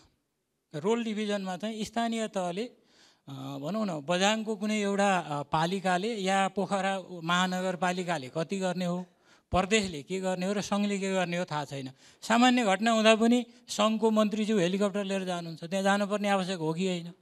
होइन, 75,000 राहत बाँड्नुहुन्छ, 3,75,000 चाहिँ हेलिकप्टरको खर्च आउँछ। त्यहाँ पनि जनप्रतिनिधि, मेयर छ, प्रमुख छ, उपप्रमुख छ, उहाँले दिँदा पनि त हुन्छ, राज्यको स्रोत त त्यही हो। हाम्रो त्यो प्र्याक्टिसमा गएको छैन र हामीले डिसेन्ट्रलाइजेसनलाई फेरि स्थानीय तहमा जाने हो मात्रै बुझेका छौँ, त्यो होइन। सङ्घमा पनि डिएचएमले के गर्ने हो, गृह मन्त्रालयले के गर्ने हो, सङ्घीय मामला मन्त्रालयले के गर्ने हो भन्ने क्ल्यारिटी हुने कुरा पनि डिसेन्ट्रलाइजेसन हो। अस्ति एउटा उदाहरण, थोरै समय पाउँ यसको लागि, अस्ति जुन कार्तिकको पहिलो हप्तामा पानी पर्यो, डिएचएमले 3 दिन अगाडि यस्तो पानी पर्दैछ भनेर त खबर गरेकै थियो। तर कृषि विभागको हाकिम साहबहरूले अथवा हेर्नुभयो कि हेर्नु भएन होला, उहाँको छुट्टै भूमिका थियो होला, डिएचएमको जस्तै त होइन। भयो के भने डिएचएमले पनि ट्विट गर्यो पानी पर्दैछ भनेर, मैले पनि त्यही ट्विट गरेँ। अनि मेरो भूमिका र कृषि विभागको हाकिम साहबको भूमिका केही फरक देखिएन। यो समस्या चाहिँ आदिनाथ सर, अहिले हजुरलाई यहीँ रोक्नु पर्यो मैले। हस्, धन्यवाद। हामीले पहिलो चरणको गऱ्यौँ। अब दोस्रो चरणमा पछि अरू प्रश्न पनि आइसकेपछि बचाउनको लागि दोस्रो चरणमा हामीले 2-2 मिनटको गर्नु भन्ने मेरो सुझाव छ। र म फेरि पनि देवकुमार सुवेदी मेयर साहबसँगै जान्छु। हजुरले अघि सायद समय कम भयो, सबै भएका कुराहरू बताउन भ्याउनु भयो, अलि समस्या परेका त बताउन भ्याउनु भएन। त्यसो गर्दा समस्या के हुन् र अबको यो दोस्रो चरणमा अरू प्यानलिस्टले पनि उठाएका कुराहरू, जस्तै हाम्रो गैर सरकारी संस्थाको सरले भन्नुभयो कि कर्मचारी छैन, के छैन, कमिटी त छ, प्रतिनिधिहरूले भ्याउनुहुन्न, अर्को त्यो प्रतिनिधिहरूको कमिटीलाई सञ्चालन गर्न त त्यहाँ सबै घान हालिदिनु पर्यो, त्यस्तो खालको संयन्त्र छैन, मान्छेहरू छैन भन्ने पनि उठाइदिनु भयो। त्यो गलत पनि हुनसक्छ हजुरहरूकोमा। अनि त्यसपछि अर्को उहाँले के उठाउनु भयो भन्दाखेरि तथ्याङ्क सङ्कलनको लागि समस्या छ, जनप्रतिनिधि भइसकेपछि भोलि भोट माग्न पनि जानुपर्ने, त्यसो गर्दा डिस्टोर्सन पनि हुन्छ भन्ने त्यो पनि समस्या छ जस्ता कुराहरू मैले उदाहरण मात्रै दिएको हुँ कि उहाँहरूले उठाएका समेतलाई र गर्न नसकिएकालाई 2 मिनट हजुरलाई मैले समय दिएँ। धन्यवाद। वास्तवमा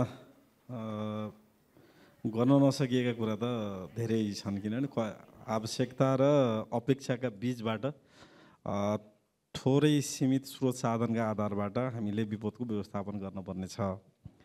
अब पालिकाका हिसाबले हेर्दा हामीलाई प्राविधिक ज्ञानको कुरा पनि कतिपय अवस्थामा चाहिँ हामीलाई स्रोत साधन मात्रै होइन, प्राविधिक ज्ञानकै कुराहरू पनि छ।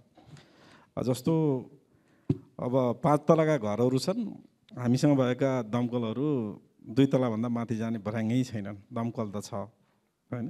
अब अहिले पछिल्लो चरणमा आउँदाखेरि विपदकै कुरा गर्दा भूकम्पसँग जोडिएका विषयहरूलाई हामीले कानुन बनाएर लागू गर्नुपर्ने र त्यो लागू गर्दै गर्दा हाम्रा बस्तीहरू सहर भइसकेका छन्, तर अब सङ्घीय सरकारको र यो भूमि सुधार मन्त्रालयले अब कृषि क्षेत्र भनेर अझै पनि अध्ययन गरेर राखिरहेको अवस्था पनि छ। यी विषयहरू छन् र त्यस्तै गरी अब कर्मचारीको कुराहरू कतिपय उठाउनु भएको छ। हाम्रो पालिकामा ती कर्मचारीहरूको व्यवस्थापन त गरेको होला। ओभरअल स्थानीय पालिकाहरूमा योसँग आवश्यकता पर्ने अधिकृत कसरी राख्ने, अब प्रमुख प्रशासकीय अधिकृत त पाइएको छैन, विपद हेर्ने अधिकृत अझै गाह्रोको विषय हो। त्यस कारणले यी विषयहरूलाई पनि हेर्नुपर्छ होला जस्तो लाग्छ। र जहाँसम्म डाटाको कुरा गर्नुहुन्छ भने ओभरअल अब नेपालीहरूको अथवा नेपाली राजनीतिको कुरा होइन, भोटका लागि राजनीति गर्ने, भोट पाइन्न कि भनेर काम नगर्ने अथवा पैसा बाँड्ने भन्ने यो सबैको यथार्थ चरित्र हो। अब अहिले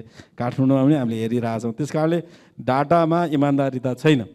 यो हामीसँग ढाँट्ने र भन्नै पर्ने होइन, तर पनि त्यसका लागि पनि हाम्रो पालिकाको कुरा गर्नुहुन्छ भने हामी डाटा सङ्कलनका लागि इराको अध्ययन र सबै वडा तहमा चाहिँ हामीले स्वतन्त्र नागरिक रेड क्रससँग मिलेर यो चाहिँ हामीले व्यवस्थापन गरेका छौँ र केही इनोभेटिभ आइडियाहरू पनि हामीले सुरु गरेका छौँ। हाम्रै लगानीबाट चाहिँ आन्तरिक आफ्नै सञ्चार सेटका कुरा होइन, कोभिडका निम्ति छुट्टै कोषको लागि स्थानीय कोष नै लगानी गर्ने लगायत। धन्यवाद। अब फेरि म कमला म्याडममा आएँ। अघि समय अलिकति भएन क्यारे, महिलाको सवाल अलिकति भन्नाले समावेशिताको हजुरले भएको नगरपालिकाको कुराहरू राख्न भ्याउनु भयो। अलिकति त्यो के राम्रै भएको छ बेमेश्वरमा, त्यो अरूले सिक्नुपर्ने हो या भएको छैन, अघि समय नमिलेको हो? महिलाको समावेशिता नियम बनाउनेहरूमा र अगाडि ल्याउनेमा, रेस्पोन्समा, यी कुराहरूमा कस्तो छ त्यसमा? हजुर धन्यवाद सर। महिलाको सहभागिता चाहिँ हामीले यो डिआरआरको सेक्टरमा चाहिँ चाहे जति र सोचे जति सहभागिता गराउन नसकेको कुरा पनि म राख्न चाहन्छु। किन कस्तो हुने रहेछ भने जति पनि डिआरआरको सेक्टरमा हामीले नीति नियमहरू ऐन कानुनहरू बनायौँ त्यो चाहिँ अलि दक्ष जनशक्तिका आधारमा बनाउनु पर्ने, ड्राफ्ट गर्नुपर्ने होइन, र त्यो सम्बन्धित सेक्टरहरू बसेर छलफल गरिरहँदा त्यही लेभलको महिलाहरूको चाहिँ सहभागिता गराउन अलिकति समस्या भएको कुरा हाम्रो नगरपालिकामा भएको कुरा चाहिँ म यहाँ राख्न चाहन्छु। र अर्को चाहिँ हामीले तालिम त्यस पछाडि समितिमा चाहिँ उहाँहरूको सहभागिता राम्रो छ भन्ने लाग्छ मलाई। समितिमा नगर समिति, वडा समिति, त्यसै गरी स्वयंसेवक र डिआरआरको सेक्टरमा हामीले जति पनि तालिमहरू सञ्चालन गऱ्यौँ उहाँहरूको एकदमै राम्रो सहभागिता छ। विशेष गरेर भीमेश्वर नगरपालिकामा हाम्रो आगो लागेको चाहिँ यो बढी जोखिम हुँदा यो चाहिँ सिलिन्डर ग्यास पड्केर आगोलागी हुने सन्दर्भमा धेरै जसो महिलाहरूले त्यसलाई नियन्त्रण गर्ने तालिम लिनुभएको छ। त्यसैले नीति नियम बनाउने कुरामा चाहिँ अलिक कम सहभागिता रहेको छ। तालिम त्यस पछाडि यो चाहिँ के भन्छ विपद न्यूनीकरण गर्ने सेक्टरमा रेस्पोन्स गर्ने कुरामा चाहिँ उहाँहरूको चाहिँ सक्रिय सहभागिता रहेको कुरा पनि म यहाँहरूको बिचमा राख्न चाहन्छु। त्यसै गरेर अघि हाम्रो सरले केही कुराहरू राख्नु भएको छ। खास गरी सरले राख्नुभएको कुरामा हामी अब केही सबैलाई त त्यो लागु हुँदैन होला, तर भीमेश्वर नगरपालिकाले चाहिँ राहत कोष निर्माण गरेर हामीले राहत वितरण मापदण्ड पनि बनाइसकेका छौँ र त्यो मापदण्डका आधारमा राहत वितरण गर्छौँ। सरले भने जस्तो ठ्याक्कै हामीले महिला, बालबालिका, अपाङ्गता भएका व्यक्ति, ज्येष्ठ नागरिकहरूलाई चाहिँ कसरी राहत वितरण गर्ने भनेर नीतिमै त्यो कुरा तोकिएको चाहिँ छैन, तर हामीले व्यवहार त चाहिँ यो न्यायोचित वितरण प्रणाली अपनाएका छौँ, त्यसरी व्यवस्थापन गरेका छौँ। अहिलेलाई रोक्नु पर्यो, क्षमा दिनु होला। हस् धन्यवाद। अब फेरि म बाबुराज शर्मा गएँ। अघि हजुरले भन्दै मैले रोकेका थिएँ, हजुरको त्यही नै अघिकै प्रश्न हो, हजुरले अझ थप्दै हुनुहुन्थ्यो, मैले समय अभाव भएर रोकेको थिएँ। धन्यवाद। मैले राख्न खोजेको जस्तै अहिले जिल्ला प्रशासनमा जो डिडिएमसी छ त्यहाँ एउटा डिएलएसए छ। डिएलएसएले हुँदा के हुँदो रहेछ भन्दा त्यसको सहजीकरण व्यवस्थापनमा सपोर्ट हुँदो रहेछ। त्यसरी पालिकाहरूले पनि त्यहाँ एउटा डिएलएसएको व्यवस्था गर्न पाए हुन्थ्यो भन्ने हो। त्यसका लागि हामीले के एउटा अभ्यास गरेको भने यो SPP humanitarian platform, partnership platform मार्फत चाहिँ यो सबै पालिका एलडिएमसी, सिडिएमसी, डब्लुडिएमसी होइन, र अनि त्यहाँको महिलाहरूको पार्टिसिपेटका लागि किशोरीहरू अनि महिला अधिकार मञ्च लगायतका महिलाका सञ्जालहरू अनि सहकारी भयो अनि उद्योग वाणिज्य भयो, उहाँहरूको क्यापासिटेट गरेर अनि त्यो सञ्जाललाई चाहिँ अलिकति बढी फोकस गरेका छौँ। त्यो हुँदाखेरि के हुँदो रहेछ भन्दा डिएलएसए भयो भने उसले मिटिङ एरेन्जमेन्टको लागि, सेड्युलको लागि, त्यहाँको बैठकको लागि सहजीकरण गर्दो रहेछ र जतिसम्म त्यो व्यवस्थापन हुँदैन त्यहाँसम्म यसले सपोर्ट गर्छ भन्ने हो मेरो एउटा चाहिँ। अर्को हाम्रो चाहिँ यो विपदको गरेको सपोर्ट पछि चाहिँ हामी समीक्षा गर्दैनौँ के, समीक्षा भएको छैन, के सिक्यौँ, आगामी दिनमा के सुधार गर्ने भन्ने चाहिँ अहिलेसम्म डकुमेन्टेसन भएको छैन।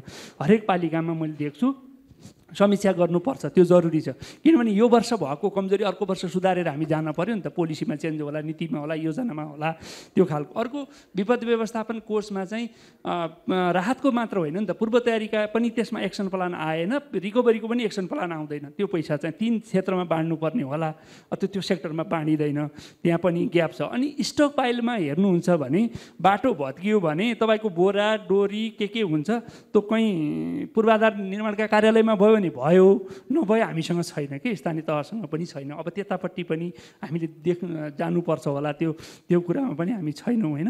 अनि मैले देखेको अब हाम्रो स्थानीय तहले चाहिँ त्यो एसेसमेन्ट गर्ने टोली छुट्टै र अनि त्यो रेस्पोन्स गर्ने छुट्टै कमिटी चाहिँ हुनु पऱ्यो उहाँहरूको बिचमा, अथोरिटी दिने खालको अथवा कसलाई दिनुहुन्छ त्यो चाहिँ हामीले बनाउन सक्यौँ भने अलि अगाडि बढ्छ होला, सजिलो हुन्छ भन्ने मलाई लागेको छ।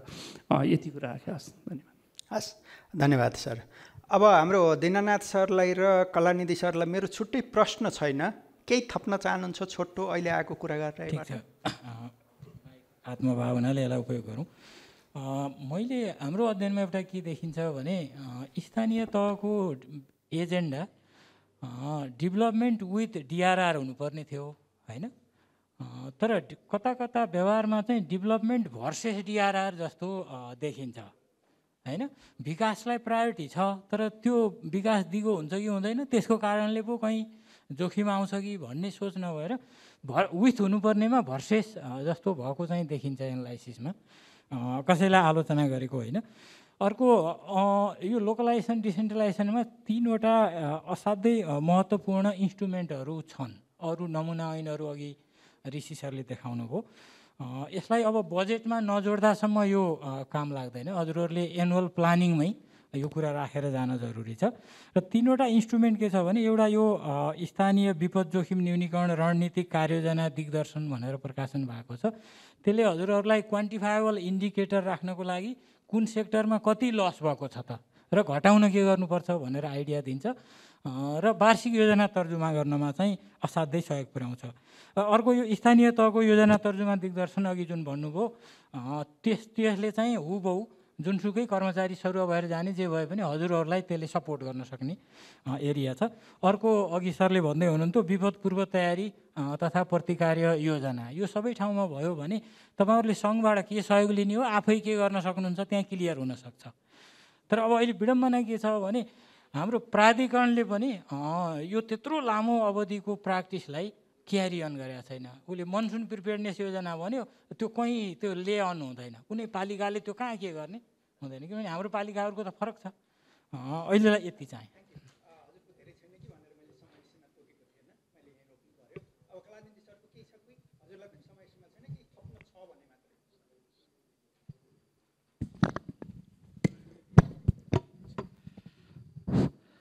मैले चाहिँ अघि भन्न खोजेको चाहिँ एउटा कुरा के थियो भन्दाखेरि नेपालको संविधानले जुन मौलिक हकको व्यवस्था गरेको छ त्यो संसारभरिकै सबै संविधानले गर्ने कुरा हो। त्यसमा चाहिँ खाद्य सुरक्षा, खाद्यको हक, आवासको हक, स्वच्छ वातावरणमा बस्न पाउने हक, स्वास्थ्यको हक र सम्मानपूर्वक बाँच्न पाउने हक। अब थुप्रो यो जुन मौलिक हक छन् तीमध्ये एउटा विपदमा परेको व्यक्ति सबैभन्दा पहिले निरीह हुन जान्छ। उसले सम्मानपूर्वक बाँच्न पाउने हक चाहिँ राज्यले सुनिश्चित गर्नुपर्छ। त्यो मौलिक हकको अधिकार सुनिश्चित गर्ने काम सङ्घ सरकारको मात्र नभएर तिनै तहका सरकारको हो। अहिले स्वच्छ वातावरणमा बाँच्न पाउने हक मैले पाइनँ भनेर कुनै एउटा नागरिक अहिले अदालतमा गयो भने त्यो जनप्रतिनिधिहरूलाई के अरे कानुन बमोजिम सजाय हुनसक्छ। त्यस कारणले त्यसको प्रत्याभूति कसले दिने, त्यसको लागि तिनै तहको सरकारको बिचमा जुन प्रकारको सहकारिता र समन्वय हुनुपर्थ्यो त्यो हुन सकेको छैन। नम्बर 1 मैले उठाउन खोजेको कुरा। अर्को कुरा फन्ड, फङ्सन एन्ड फङ्सनरिज भन्छौँ हामी। फन्ड र फङ्सन, जुन फङ्सन त संविधानबाट हामीले प्राप्त गऱ्यौँ, हामीले त्यो अधिकार सुनिश्चित गऱ्यौँ, जसको जे क्षमता हो सन्निकटताको सिद्धान्त अथवा प्रिन्सिपल अफ सब्सिडियारिटीको आधारमा जसको जे क्षमता हो उसको आधारमा त्यो सरकारले काम गर्न सक्छ अझ व्यवस्थित रूपमा, अझ प्रभावकारी रूपमा भनेर गरेको छौँ भने त्यसलाई चाहिने जुन फन्ड अथवा आर्थिक स्रोत र त्यसै गरी त्यसलाई सञ्चालन गर्ने फङ्सनरिज अथवा जनशक्ति त्यो व्यवस्थापन सही हुन सकेको छैन। त्यो कारणले गर्दा हाम्रो जुन डेलिभरी हुनुपर्ने हो त्यो भएको छैन। यो दुईवटा कुरामा हामीले ध्यान दिन सक्यौँ भने पक्कै पनि विपद व्यवस्थापन अहिलेभन्दा राम्रो गर्न सकिन्छ भन्ने कुरा म अहिले जोड्न चाहन्छु। धन्यवाद। धन्यवाद सर।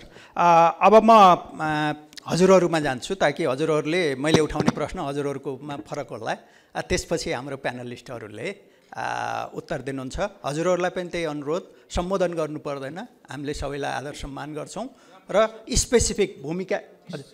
हजुर अनि के अरे भूमिका अरू केही चाहिँदैन। बुझिएन भने मैले फेरि सोध्छु हजुरले सोधेको प्रश्न के हो भनेर। त्यसो गर्दा त्यो जिम्मा हामीलाई छोडिदिनुहोस्, बुझाउन पनि पर्दैन। To the point. पहिलो राउन्डमा एउटा मात्रै प्रश्न, हजुरहरूसँग कसैसँग 3वटा छ भने पनि अरूलाई पालो दिन्न, एउटा मात्रै प्रश्न। नमस्ते, थ्याङ्क यू भेरी मच। एकदम राम्रो डिस्कसन भएको छ होइन।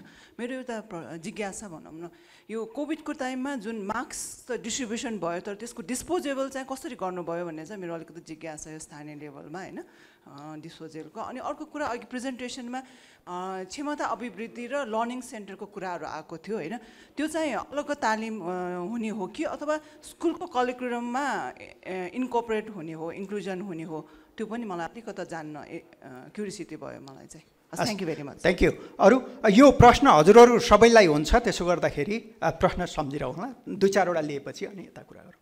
अरू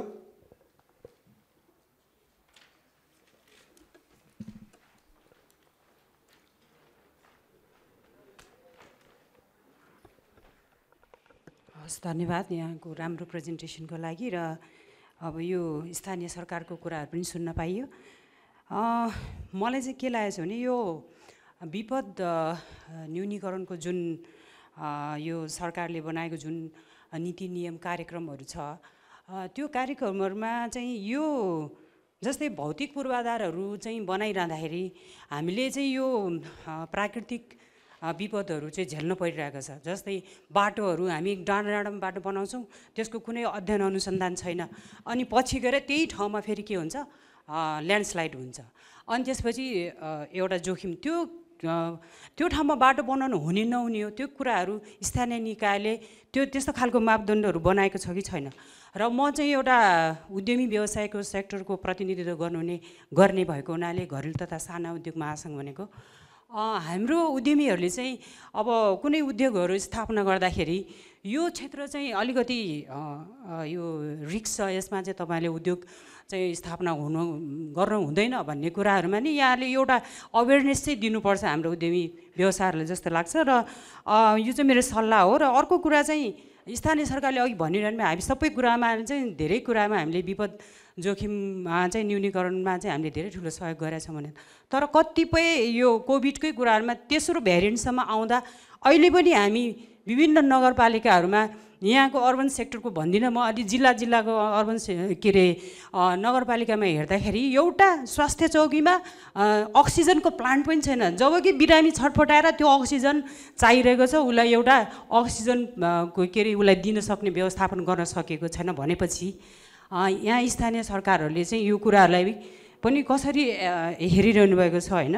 एउटाले गर्यो भने मैले हजुरलाई अहिले अब एउटा मात्रै सर, म अब एउटा चाहिँ के हो भने स्थानीय सरकारलाई सुझाव चाहिँ म के भन्छु भने जस्तै यस्तो विपद व्यवस्थापनमा रोटरी क्लब जस्तो, लायन्स क्लबहरू जस्तो क्लब जुन सामाजिक संस्थाहरू छ, उहाँहरूलाई पनि यहाँहरूले एउटा त्यो चाहिँ बोर्डमा यहाँलाई राखिदिनु भयो भने एकदम राम्रो हुनेछ जस्तो लाग्छ। धन्यवाद। हस्, थ्याङ्क यू। नमस्ते। जलाधारमा आधारित प्रकोपहरूलाई जुन चाहिँ 2 वा 2 भन्दा बढी पालिकाहरूमा असर गर्छ, त्यस्तो बेलामा स्थानीय सरकारले अथवा पालिका लेभलले कसरी कोअर्डिनेसन गरिराख्नु भएको छ भन्ने यहाँहरूको सिकाइ केही छ भने भनिदिन अनुरोध गर्छु। धन्यवाद। वीरेन्द्रनगर पालिकाको मैले जिज्ञासा अब पाएकै बेला भनौँ, त्यो 71 सालको बाढीमा सबभन्दा ठुलो भूकम्प त्यहीँ आएको थियो। 3टा नेताको कारणले राहत चाहिँ रुकेको थियो। अहिले त्यहाँका समुदायको धेरै चाहिँ यो बाढीबाट उनीहरू पहिरोबाट चाहिँ विस्थापित थियो, त्यसको उनीहरूको व्यवस्थापन भयो कि भएन मेरो जिज्ञासा।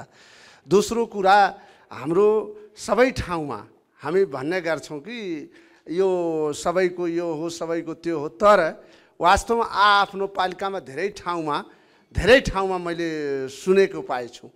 अब एकजनाले भन्दाखेरि आफ्नो अधिकार, अब स्वयंसेवकहरूको कुरा अहिले कानुनले नै भनेको छ, एकदम स्वयंसेवक प्रत्येक पालिकाले न्यूनतम 25 जना चाहिँ स्वयंसेवक तयार गरेर पूर्व तयारीमा खाद्यान्न वितरणमा जहाँ जहाँ लगाउनु पर्ने हो त्यसको विषयमा तपाईँहरूको दुईटाको के धारणा छ भने मैले। धन्यवाद। हस्, म श्यामबाबु कट्टेल र यहाँ स्थानीय सरकारका प्रमुख पनि भएको हिसाबले विशेष त म स्थानीय सरकारतिर लक्षित गर्छु।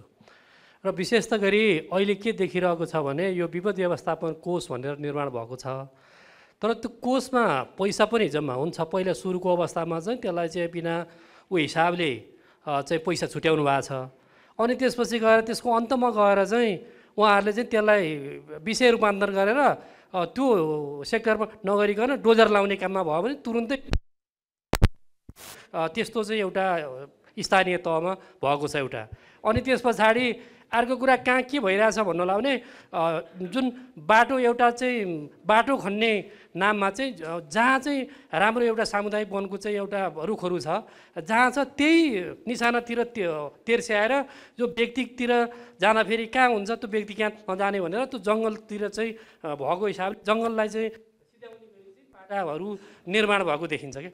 त्यसले गर्दाखेरि त्यसको राम्रो खालको चाहिँ एउटा चाहिँ डिपिआर तयार गरेर त्यसलाई डिजाइन गरेर बाटो खन्ने कुरा आफ्नो ठाउँमा होला, तर त्यो केही नगरिकन चाहिँ त्यसरी चाहिँ जङ्गलहरूलाई चाहिँ सिध्याउने कामहरू भइरहेको देखिया छ। त्यस भएर चाहिँ मैले यदि दुईवटा कुरा राखेँ। धन्यवाद सर, हजुरको प्रश्न प्रष्ट भयो। अब एउटामा सर हुन्छ, मेरो प्रश्न चाहिँ होइन, उहाँ सरको अघिदेखि रोकिरहेको थिएँ मैले, सरी। मेरो प्रश्न चाहिँ हाम्रो वीरेन्द्रनगरको नगर प्रमुखज्यू र भीमेश्वरको नगर उपप्रमुखज्यूलाई छ। यहाँ अगाडि म्याडमले भन्नुभएको थियो जोखिम हेरेर यो ठाउँमा उद्योग खोल्न मिल्छ मिल्दैन भन्ने सूचना हामीलाई आउँछ कि आउँदैन, र अहिले धेरै नगरपालिकाले जोखिम संवेदनशील भू उपयोग योजना बनाउँदै हुनुहुन्छ। जोखिम हेरेर कुन ठाउँमा चाहिँ धेरै जोखिम छ, कहाँ घर बनाउनुहुन्छ, कहाँ हुँदैन, अथवा घर बनाए पनि एडिसनल फिचरहरू के थप्नुपर्छ भनेर मेसेज आएको छ भने त्यो हेरेर हजुरहरूले चाहिँ नगरपालिकामा सुरक्षित ठाउँमा बस्ती स्थानान्तरणको लागि अलिकति इन्फोर्स गर्ने, जस्तो ट्याक्सेसनमा डिफ्रेन्ट गर्ने, अथवा चाहिँ कुनै ठाउँमा चाहिँ जोखिम ठाउँमा घर बनाउने हो भने त्यहाँको चाहिँ एक्स्ट्रा बिल्डिङ कोडमा चाहिँ अलिकति फिचरहरू जप्ने सम्भावनाहरू कतिको रहन्छ कि यो चाहिँ अब पोलिटिकल म्यासेज हुन्छ, बढी यसलाई चाहिँ इन्फोर्स गर्न सकिँदैन, अथवा यतातिर जान सकिने सम्भावना के देख्नु भएको छ? मेरो प्रश्न यो हाम्रो नगर प्रमुख उपप्रमुखज्यूलाई। धन्यवाद। धन्यवाद। मेरो एउटा प्रश्न के छ भने तपाईँको स्थानीय तहमा जति काम हामीले गरिरहेका छौँ त्यसको इन्स्टिट्युटहरूको बारेमा तपाईँले के गर्नुभएको छ? तपाईँहरू त अब कार्यकाल त्यसपछि जानुहुन्छ, त्यसपछि त्यसको सम्बन्धमा यहाँहरूको इन्स्टिट्युसनल मेमोरीको प्रबन्ध के छ? अर्को कुरा के छ भने हाम्रो निड्सको हाम्रो राज सरसँग भन्छु, तपाईँ एज अ निड्स नेपाल अब सुदूरपश्चिम क्षेत्र डिआरआर क्षेत्रमा राम्रो पाइनियर अर्गनाइजेसनभित्र पर्छ, तपाईँहरूले आफ्नो यो लोकलाइजेसनको बारेमा संस्थागत रूपमा के गर्नुभएको छ?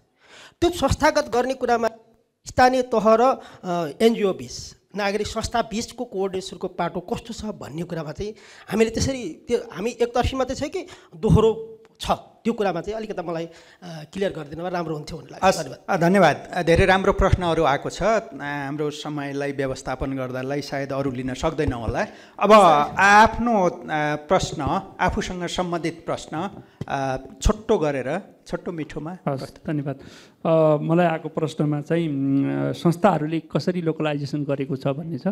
हामीहरूले सबैभन्दा पहिला त स्थानीय तहको जो विपद व्यवस्थापन शाखा छ र समितिसँग समन्वय गर्छौँ। हाम्रो आफ्नो चाहिँ इमर्जेन्सी रेस्पोन्स गाइडलाइन छ, त्यो गाइडलाइन हामीले बनाएका छौँ र अहिले हामीले सबै हाम्रा पोलिसीहरू पनि चेन्ज गरेका छौँ। अहिले समय सापेक्ष चाहिँ संशोधन गरेका छौँ र हामी समन्वयमा मात्र जान्छौँ र अर्को हामी जिल्ला प्रशासनको डिडिएमसी जुन छ त्यसमा पनि मेम्बरको रूपमा हामी रिपोर्टिङ गर्छौँ र यो कोभिडको बेला पनि हामीले त्यही अनुसार काम गरेका छौँ। जस्तै कसरी काम गरेका छौँ भन्दा हामीले पोइन्ट अफ इन्ट्री बनाउँदाखेरि सीमा नाकामा नेपाल आर्मीले स्थानीय अरू स्रोतहरू चाहिँ हामीले जुटायौँ, सहयोगी दाताहरूको स्रोत जुटाउने काम हामीले गऱ्यौँ, त्यहाँ चाहिँ व्यवस्थापन भयो। पालिकाले चाहिँ हामीलाई के गर्यो भने फेसिलेसनको सपोर्ट गर्यो, त्यो खालको चाहिँ हामीले हाम्रो रिकग्नाइजेसन गरेर लोकलाइजेसनमा हामी लागेका छौँ र स्थानीय क्लबहरू संस्थाहरू त्यहाँको पालिका स्तरको अनि त्यहाँको सिडिएमसी एलडिएमसी डब्लुडिएमसीको क्यापेसिटेट गर्ने, उनीहरूसँग समन्वय गर्ने, प्लानिङमा सपोर्ट गर्ने गरिकन हामी गर्छौँ, त्यसरी जान्छौँ।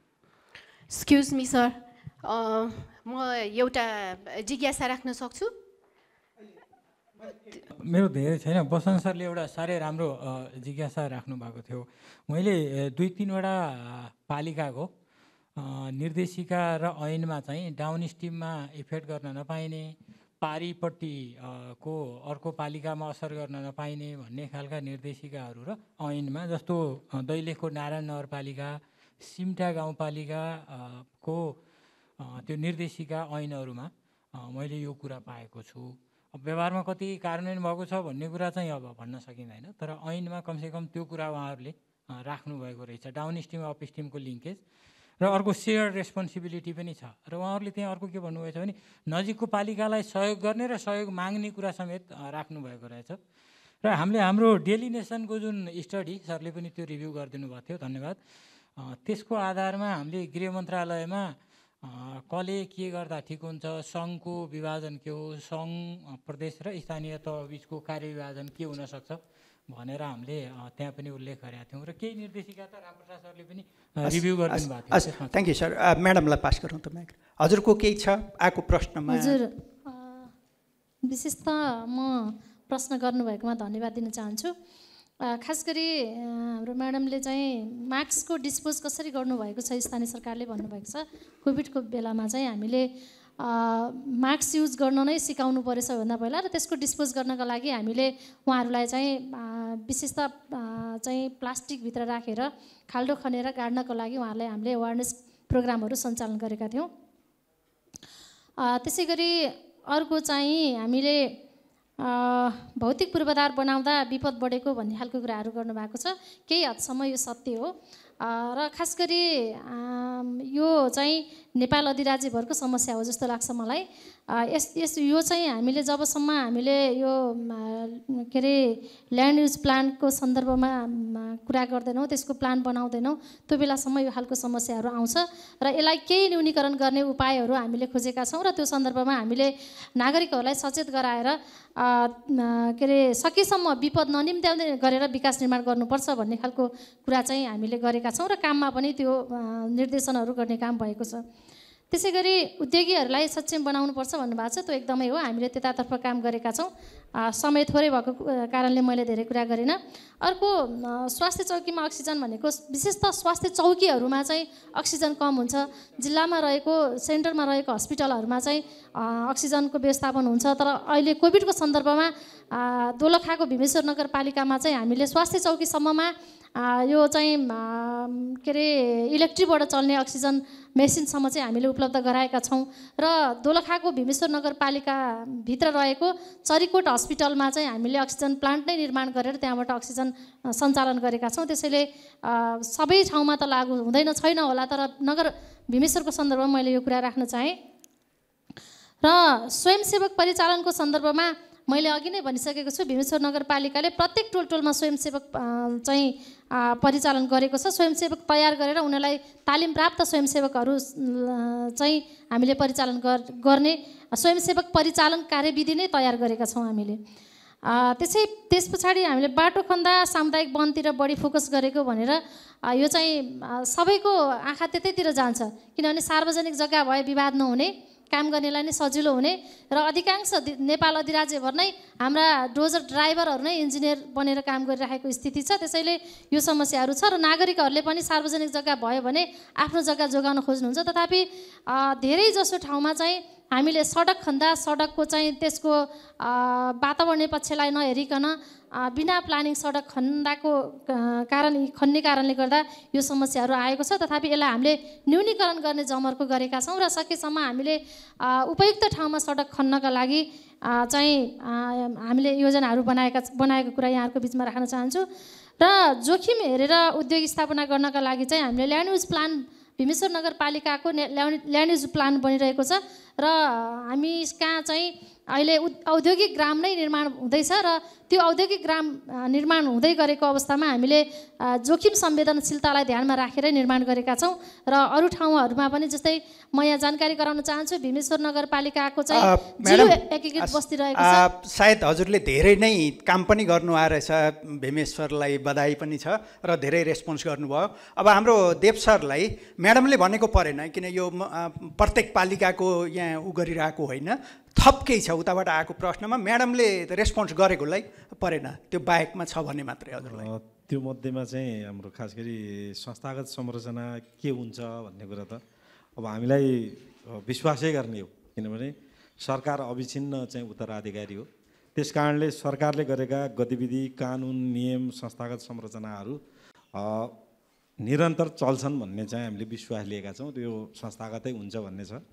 र त्यसैले हाम्रो जोशी सरले राख्नु भएको थियो भूप्रयोग जोखिम भूप्रयोग नीति निर्माण गरेर त्यसलाई चाहिँ कार्यान्वयन गर्न सकिन्छ कि सकिँदैन भन्ने कुरा, यो सकिँदैन भन्ने होइन, सक्न पर्छ। र अहिले हामीले जुन पालिकाहरूबाट यो बनाइरहेका छौँ, खास चाहिँ बिल्डिङ कोडको कुरा, सडक मापदण्डको कुरा चाहिँ विभिन्न सेक्टरहरूको चाहिँ निर्माण गरेर क्षेत्रहरू छुट्याएर, खास गरी जल चाहिँ आवास क्षेत्र, बजार केन्द्रहरू,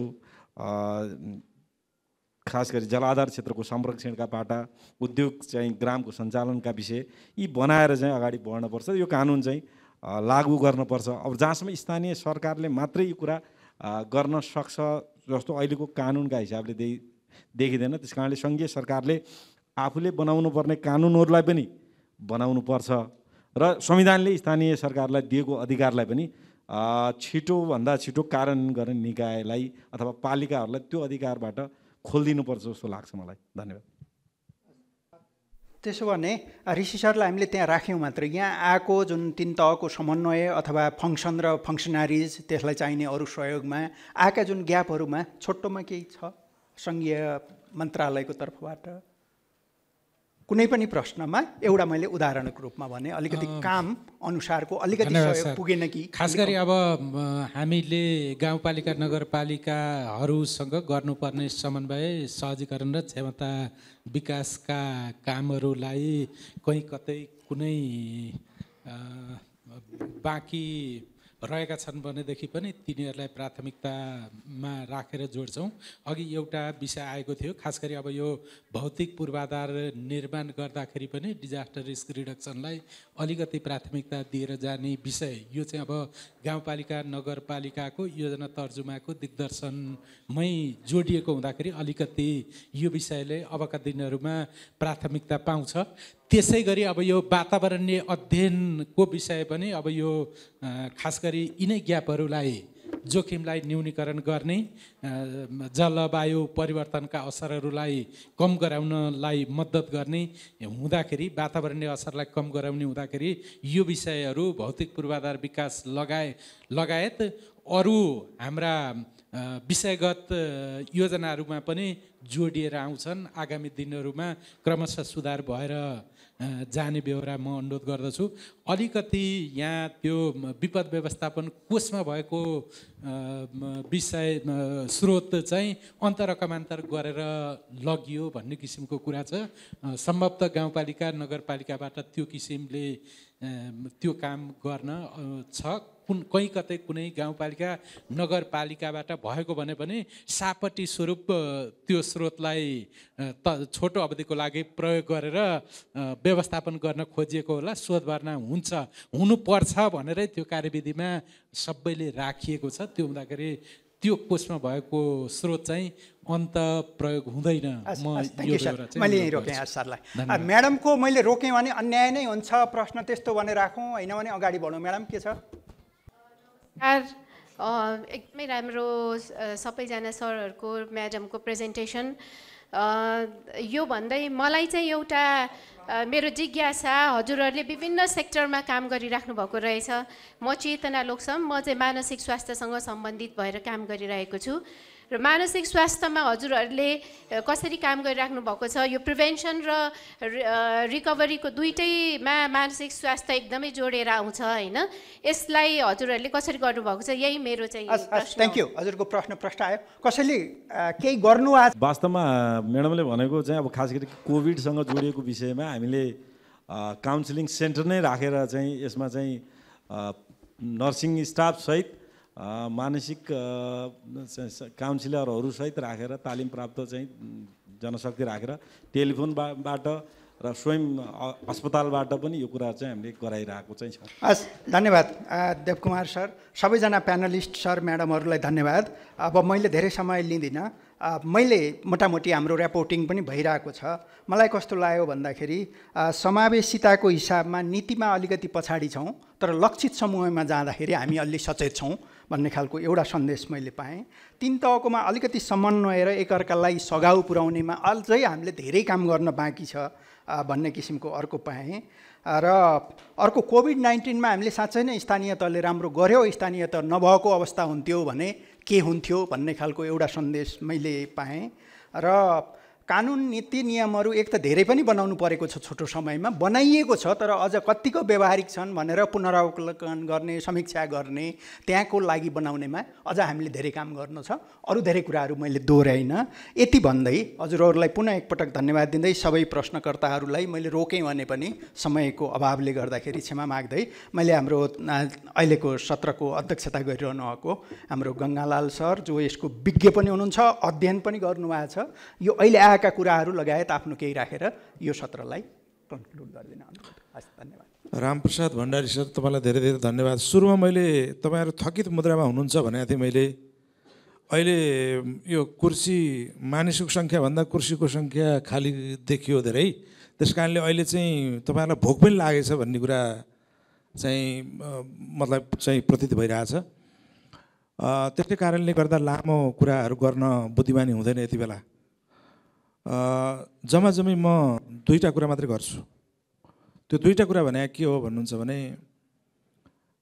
यस्ता ठुल्ठुला विपदहरूले नि, ठुल्ठुला विपदहरूले मान्छेमा चाहिने एउटा भयावह परिस्थिति मात्र सिर्जना गर्दैन, अस्तव्यस्तता मात्र सिर्जना गर्दैन, अथवा एउटा डेभास्टेटिङ सिचुएसन मात्रै क्रिएट गर्दैन।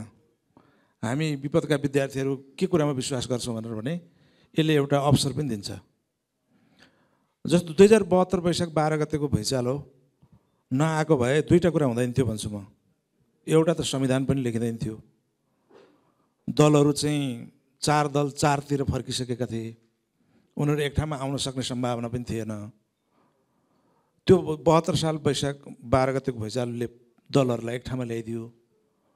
दोस्रो कुरा, यो ग्लोबल्ली क्या हामीले गौरव गर्ने कुरा के छ भनेर भने संविधानको प्रावधानमै हामीले विपद जोखिम न्यूनीकरण र व्यवस्थापनको केही पक्षहरूलाई चाहिँ त्यहाँनिर उल्लेख गऱ्यौँ।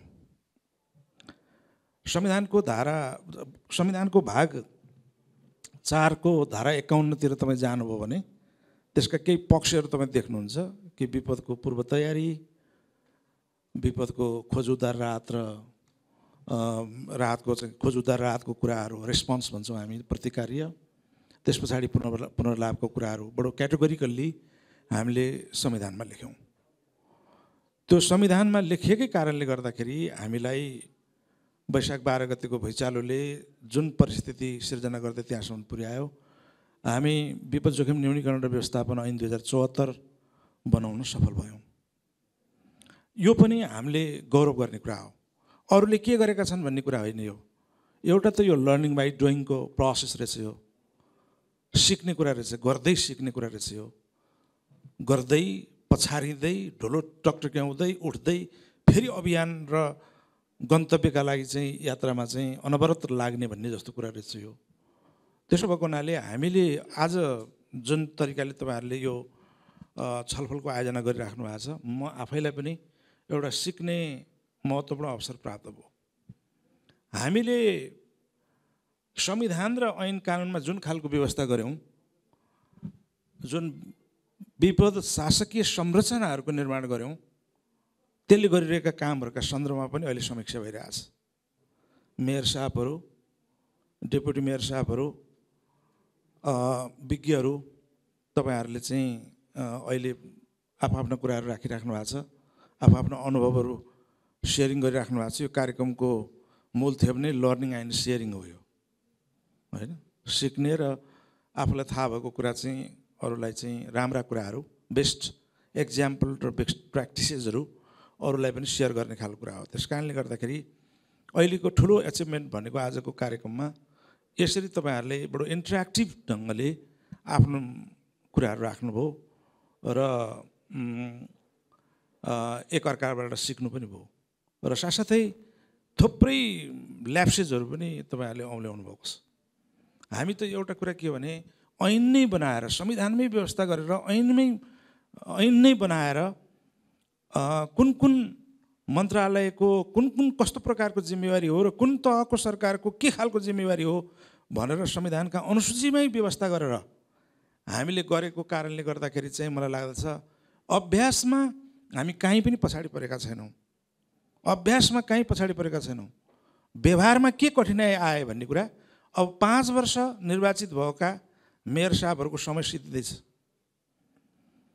अब उहाँहरूले चाहिँ के भन्दाखेरि नि फेरि चुनाव जित्ने हो भने जित्नका लागि विपदका बारेमा आफ्नो एरियामा निहत्था मान्छेहरूको जो ज्यान जान्छ विपदका कारणले त्यो मान्छेहरूको कमसेकम पनि त्यो सङ्ख्या चाहिँ मेरो पालिकामा यतिले घटाउँछु भन्ने प्रकारको घोषणा गरेर जानुभयो भने तपाईँहरूलाई भोट दिन्छन्। अब यो मास्त्रिकाले त यो कुरो विश्वासै गर्दैन उसले त, किनभने सबभन्दा ठुलो त तपाईँले गर्नुभएको हो। किन मैले यो भनिरहेको छु भनेर भन्दाखेरि हरेक चाहिँ मतलब डिजास्टरहरू त्यो डिभास्टेटिङ एकदमै त्यो खालको अभिशाप मात्रै होइन भन्छु क्या म, र मैले मात्र होइन धेरैले यस क्षेत्रका मान्छेले भन्छन्। अब आयो कोभिड त तपाईँले लड्नुभयो कोभिडसँग, र कोभिडले जे सिकायो त्यो कोभिड जस्तै अर्कोचोटि पनि आउन सक्छ नि महामारीको कुराहरू, विगतमा पनि आएको थियो। हामीले बिर्सेका मात्रै हौँ, देखा जाएगा भने मात्रै हौँ हामीले, जसो पर्ला त्यसै टर्ला भने मात्रै हो हामीले, विगतमा पनि भोग्या हो नि, र आगतमा पनि त्यो आउँछ। र आगतमा आउने खालको कुरा चाहिँ यसपटकको कोभिड धेरै महँगो थियो, तर यो निकै राम्रो शिक्षा हुनसक्छ। त्यस कारणले अब संविधानका कुरा, ऐनका कुरा, यो घाम जुन रहेसम्म यो अपरिवर्तनीय दस्तावेज होइन, यो यसका प्रावधानहरू, र हामी व्यवहारमा जे कुरा सिक्छौँ सिकाका आधारमा त्यसलाई हामी संशोधन पनि गर्न सक्छौँ। त्यसो भएको हुनाले अहिले जे खालका समस्याहरू देखा परेका छन् यो हुँदै नभएको भए के हुन्थ्यो? केही पनि हुँदैन थियो। हामी रेस्पोन्स फोकस्ड खालको मात्रै, हाम्रो जुन खालको मेन्टालिटी थियो प्रि अकुपाइड माइन्डसेट भन्छौँ हामी, खोज उद्धार राहत मात्रै विपद हो, विपदमा गरिने काम हो भनेर जो बुझेका थियौँ त्यसो होइन रहेछ है। प्रिपेयरनेस पनि रहेछ, त्यसो होइन रहेछ है। पुनर्लाभ त झन् महत्त्वपूर्ण चिज रहेछ। रिकन्स्ट्रक्सन यत्रो महँगो गर्नु पर्दो रहेछ, महँगो हुँदो रहेछ। हाम्रो लागि प्रिपेयरनेस त बरु धेरै सस्तो चिजहरू पर्दो रहेछ। अब त व्यवहारमा त हामीले कुरो सिक्यौँ, त आगतका दिनमा यी कुराहरूलाई चाहिँ हामी करेक्सन गर्दै लैजान सक्छौँ। गौरव गर्ने कुरा के हो भन्दा हामीसँग संविधानमा व्यवस्था छ, ऐनमा व्यवस्था छ, हामीले शासकीय संरचना बनायौँ, सम्माननीय प्रधानमन्त्रीको अध्यक्षतामा राष्ट्रिय परिषद बनाएका छौँ। चाहने चुने कुरा होइन यो, होइन? माननीय मुख्यमन्त्रीहरूको अध्यक्षतामा प्रदेश विपद व्यवस्थापन परिषद बनाएका छौँ। मेयर साहबहरूको अध्यक्षतामा हामीले मेयर साहबहरू पालिकाको हिसाबले, नगरपालिकाको हिसाबले, गाउँपालिकाको अध्यक्षका हिसाबले 753वटामा बनाएका छौँ। आवश्यकता अनुसार हामी 6743वटामै बनाउन सक्छौँ, जान सक्छौँ, र त्योभन्दा पनि तल अझ कम्युनिटी लेभलमा पनि जान सक्छौँ। हामी त्यस ढङ्गले जानको लागि गरिरहेका छौँ, होइन? यो चाहने चुने खालको चाहिँ नि यो क्रान्ति होइन, यो अग्रगामी छलाङ हो भन्नुहोस् यसलाई, एक हदसम्म प्रगतिशील कार्य हो भन्नुहोस् यसलाई, र समग्रमा भन्नुपर्दा हामी सबैको गौरवको विषय हो यो, होइन? हामीले निहत्था मान्छेहरूको ज्यान बचाउने कुरा र मानिसका सम्पत्तिहरूको रक्षा र राज्यको ठुल्ठुला संरचनाहरू, भौतिक संरचनाहरूको रक्षाको कुराहरू यो गर्ने महान काममा हामीहरू अगाडि बढ्न सक्छौँ। त्यसो भएको हुनाले यो महत्त्वपूर्ण कामहरू भएको छ। हरेक कुराहरूमा काम गर्दै गएपछि निखार आउँदो रहेछ नि। अहिले यो लर्निङ र सेयरिङ भनेर डिपिनेट, युएसएआइडीको तयार अनि सरकारका मन्त्रालयहरू मिलेर जुन काम गर्नुभयो, आज मैले हेरेँ त्यो अन्तर्राष्ट्रिय भाव भङ्गितमा हुने इन्टरनेसनल कन्फरेन्स भन्दा यो कुनै हिसाबले कमी छैन। यहाँ पेपर प्रेजेन्टेसनको हिसाबले हेर्दा, व्यवस्थापनका हिसाबले हेर्दा, मार्केट प्लेस बाहिर यस ढङ्गले चाहिँ हामीले चाहिँ सुरुवात गरेको कुराहरू हेर्दा यो जम्मै कुराहरू के त भन्दाखेरि यो गर्दै सिक्दै जाने प्रक्रिया हो यो। तर यो फलान समयमा गएपछि ठ्याक्क रोकिन्छ भन्ने कुरा होइन, यो चाहिँ नेभर इन्डिङ प्रोसेस हो, यो लाइफ लङ प्रोसेस हो, यो चलिरहन्छ, यो अविरल चलिरहन्छ। त्यस कारणले गर्दा एउटा आजको कार्यक्रम आफैमा एउटा कोसी ढुङ्गा हो भन्ने लाग्छ। यहाँहरू सबैलाई धन्यवाद। अब भोजन ग्रहण गरेर मात्र तपाईँहरू आफ्नो गन्तव्यमा जानुपर्छ होला। यही कुराहरूका साथ फेरि पनि आयोजकहरूलाई धन्यवाद दिएर मलाई आज कार्यक्रममा आउनका लागि प्रेरित गर्नुहुने डाक्टर मिन, मेरा आदरणीय मित्र, र डिपिनेटका राजुजी, डाक्टर राजु लगायतका सबै साथीहरूलाई म हार्दिक धन्यवाद दिएर यो कार्यक्रम आजको कार्यक्रम भोजन ग्रहण गरे नगरेसम्मको लागि यहीँ स्थगित गरेको घोषणा गर्दछु।